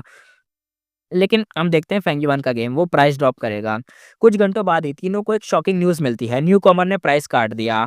वांग, शी, रोंग तीनों भाई रिएक्शन देखते हैं, कहते हैं एज़ एक्सपेक्टेड, मतलब एज़ एक्सपेक्टेड, उनको पता ही था कि ऐसा होगा। दूसरा कहता है टिपिकल न्यूबी मूव है यार, प्राइस कम करना ही था उसको। तीसरा कहता है हमको लगा उसके पास कोई स्मार्ट प्लान होगा, लेकिन नो, वो तो चोमू निकला। तीनों ने बहुत प्राइस वॉर देखी थी पहले भी, वो जानते थे। प्राइस ड्रॉप डबल, मतलब एक तरीके से 2 तलवारों को अपने गले पे रखना होता है। दूसरों को भी एकदम एक तरीके से धक्का दो और खुद भी खून में लद जाओ, ऐसी चीज़ होती है। पर बायर्स के लिए, उनके लिए तो बम्पर सेल है ना। सब बायर्स भाई एकदम शार्क के जैसे अटैक कर गए। फेंग युआन की सेल फिर से फायर हो गई। वांग मिंग यू का जो एनालिसिस था वो देखते हैं। वांग अपनी बंदी थी वो क्वाइटली ऑब्जर्व कर रही थी। वो कहती है प्राइस कट तो स्मार्ट है। ज़्यादा दिख भी रहा है कि प्राइस उसने कट करा, सेल बढ़ गई, बढ़िया है। लेकिन इसमें एक माइनर ड्रॉप है। फिर भी वो कोल्डली बोलती है मार्केट इतना बड़ा है कि ये अकेला सप्लाई ही नहीं कर सकता। एंड में सिर्फ सफ़र वही करेगा। जितना बेचना है बेचने दो। सस्ते पे बेच देगा, बाद में जाके उसको ही नुकसान पड़ेगा क्योंकि सबको सस्ते में बेच दिया। और हम बाद में जाके जब उसका सब खत्म हो जाएगा तब हम हाई प्राइस में बेच देंगे। कुछ नहीं कर पाएगा वो। हा, हा, हा, हा, हा। ये इसकी सोच है, लेकिन इसको क्या पता एंडलेस सप्लाई है फेंग युआन के पास भी। वो बेचता ही रहेगा और प्रॉफिट कमाता ही रहेगा। बस एक चीज़ की उसके पास दिक्कत आती है, वो है इमॉर्टल एसेंस स्टोन। जितने उसके पास हैं उतना ही यूज़ करके वो मतलब ईयरगू को एक्टिवेट करके ईयरगू ला सकता है। देखते हैं आगे क्या होगा। लेकिन रियलिटी उनका चेहरा भाई तुरंत ही उतार दिया। कुछ दिनों बाद वो पैनिक में आ गए। बायर्स नॉनस्टॉप फेंगयुआन से ही सब कुछ खरीद रहे थे। उनका स्टॉक खत्म ही नहीं हो रहा था। यानी एक तरीके से फेंगयुआन का स्टॉक बंद ही नहीं हो रहा, खत्म ही नहीं हो रहा, बढ़ता ही जा रहा है। तीनों पुराने सेलर के स्टॉर्स भाई खाली पड़े थे। वांग कहता है इतने सारे ईयरगू लाया कहाँ से वो हैं? शी कहती है अपनी बंदी, और सॉरी बंदा, शी कहता है ये तो कोई नॉर्मल प्रोड्यूसर नहीं लगता, कौन है बे ये? तो अपना जो रॉन्ग था वो कहता है समथिंग इज वेरी रॉन्ग, यानी कुछ तो दिक्कत है, कुछ खतरनाक ही है। वांग अपनी बंदी तो हिल गई थी भाई। वो कहती है इतने सारे ईयरगू उसके पास आ कहाँ से रहे, क्योंकि उसको लगता था उसके पास एंडलेस सप्लाई है, लेकिन टेंशन बढ़ गई थी उसके बीच। प्राइस रिडक्शन में मेंटल ब्रेकडाउन भी अब चालू हो गया था। प्राइस काटना, अपने सालों के प्रॉफिट को एस्टिमेट साइड से फेंक देना होता है। यानी एक तरीके से प्राइस काट कर तुम ये दिखाते हो कि भाई तुमने अपना सब बलिदान दे दिया। इकोसिस्टम उन तीनों के लिए डेलिकेट था। हर साल उनका फिक्स्ड एक्सपेक्टेड रेवेन्यू होता था। प्राइस ड्रॉप एनुअल एक तरीके से अर्निंग को जो है ना वो तोड़ देता है। यानी जितना तुमने सोचा उतना तुम्हें मिलेगा नहीं, इसलिए सब हेजिटेट करते हैं। ऑब्वियस है ये हेजिटेशन तो। डिसीजन टाइम आता है। वांग मिंगयू सबसे पहले यहाँ पे मूव करती है। 4-5 दिन बाद यहाँ पे जो वांग अपनी बंदी थी, वो कहती है हम तीनों को प्राइस कट करना ही पड़ेगा, नहीं तो बिकेगा ही नहीं हमारा कुछ। शी कोल्ड टोन में कहता है ठीक है हम एग्री करते हैं। वो बंदा क्लियरली एंडलेस स्टेक लेके बैठा हुआ है, तो हमें करना ही पड़ेगा। स्टेक सॉरी कह रहा हूँ, स्टॉक लेके बैठा है। तो यहाँ पे जो रॉन्ग शिन था वो कहता है थोड़ा सा अनॉयड फील करके, प्राइस कट करने से मास सेल होगी और फाइनल प्रॉफिट क्रैश हो जाएगा। पॉइंट क्या है सब चीज़ का? बट अब क्या बोले, बाकी 2 तो कन्विंस हो गए हैं, तो वो अकेला रेसिस्ट कैसे करता? उसे भी मानना ही था। तो बायर्स फटाफट उनका पूरा स्टॉक खरीद लेते और जब वो मार्केट से गायब होता तो उनकी रेपुटेशन कोलैप्स हो जाती। सो रोंगशिन के पास कोई चॉइस नहीं बची थी। वो भी प्राइस कट करने में शामिल हो गया। अब मार्केट वॉर ऑफिशियली बिगिन होती है, यानी चालू होती है। फेंग युआन ने एग्जैक्टली वही किया था जो मतलब करते हैं सेलर सोच भी नहीं सकते थे। इन्फिनिट स्टॉक का इल्यूजन था। टाइम एक तरीके से टाइम्ड प्राइस डिप था। बायर्स के लिए साइकोलॉजी के साथ प्लेइंग भी था। मार्केट में पैनिक क्रिएट करना भी फेंग युआन का एक काम था। नाउ अब ये सब होने के बाद 4 सेलर्स आ चुके थे। प्राइस बैटल चालू हो गई थी। ट्रेजर 11 के अंदर बिगेस्ट स्टॉर्म, एक धमाका सा आ गया था प्राइस का। इतना सब होने के बाद प्राइसेस भी गिर गए और जैसे ही फेंग युआन ने कट किया, शी बाओशू, रोंगशिन, वांग मिंगयू ने भी भाई कट कर दिया। प्राइस वापस से फॉलो अप में आ गए। यानी अगर फेंग युआन 14 प्राइस रखता, मैगी का प्राइस अगर ₹14 है, तो ये सब भी ₹14 ही कर देते। फिर फेंग युआन जैसे ₹13 रखता, ये लोग भी ₹13 कर देते। जैसे फेंग युआन 12 रखता, ये भी 12 कर देते। अभी तीनों सब एकदम मिल एक तरीके से मिलने वाले तरीके से चल रहे थे। सबके प्राइस बराबर चल रहे थे। रेपुटेशन का एडवांटेज की वजह से जो पुराने सेलर थे उनका पावर ज़्यादा बढ़ रहा था। फेंग युआन के माइंड में क्लियर बिल्कुल चीज़ थी कि वो कहता है कि मैं न्यू कॉमर हूँ। इन तीनों का सालों का रेपुटेशन बायर्स के दिल में बैठा पड़ा है। अगर प्राइस बराबर होगा तो लोग मेरे से नहीं खरीदेंगे, इनके पास ही जाएँगे। अगर प्राइस सेम हुआ तो लोग उनके पास ही जाना है, वो तो ठीक यही था। और मार्केट साइकोलॉजी का सीधा रूल यही था। अगर फेंग युआन ने ओपनली एक्सेप्ट करता तो फिर वो एक तरीके से हार ही जाता। तो फेंग युआन यहाँ पे क्या करता है, हँसने वाली स्माइल देता है। वो कहता है मैं क्या करूँ, सो व्हाट, अब मेरा काम चालू होता है। फेंग युआन वापस से प्राइस को दोबारा गिरा देता है। जैसे ही तीनों ने प्राइस मैच करा, अगले ही दिन फेंग युआन ने फिर से प्राइस को कट कर दिया। ट्रेजर 11 में पूरी तरह से एकदम वही मार्केट हिल चुका था। बायर्स का रिएक्शन कुछ अलग ही था। वो कहता है चीपर में हायर एक तरीके से क्वालिटी मिल रही है। भाई ऑब्वियस फेंग युआन से ही लेंगे वो लोग, और बायर्स ने बिल्कुल वैसा ही किया। फेंग युआन के स्टॉल पर वापस से धमाल मच गया। सारे लोग वहीं पे आ गए और ये जो दोनों थे, बाकी ये तीनों लोग, सॉरी, ये तीनों लोगों का जो स्टॉल था ये डेड साइलेंट हो गया। वहाँ पे कुछ मिला ही नहीं। रोंगशिन का रिएक्शन ये था। उसे न्यूज़ मिलते ही रोंगशिन का कोल्ड सी हँसी आई। वो कहता है ये बंदा सीरियसली वॉर चाहता है।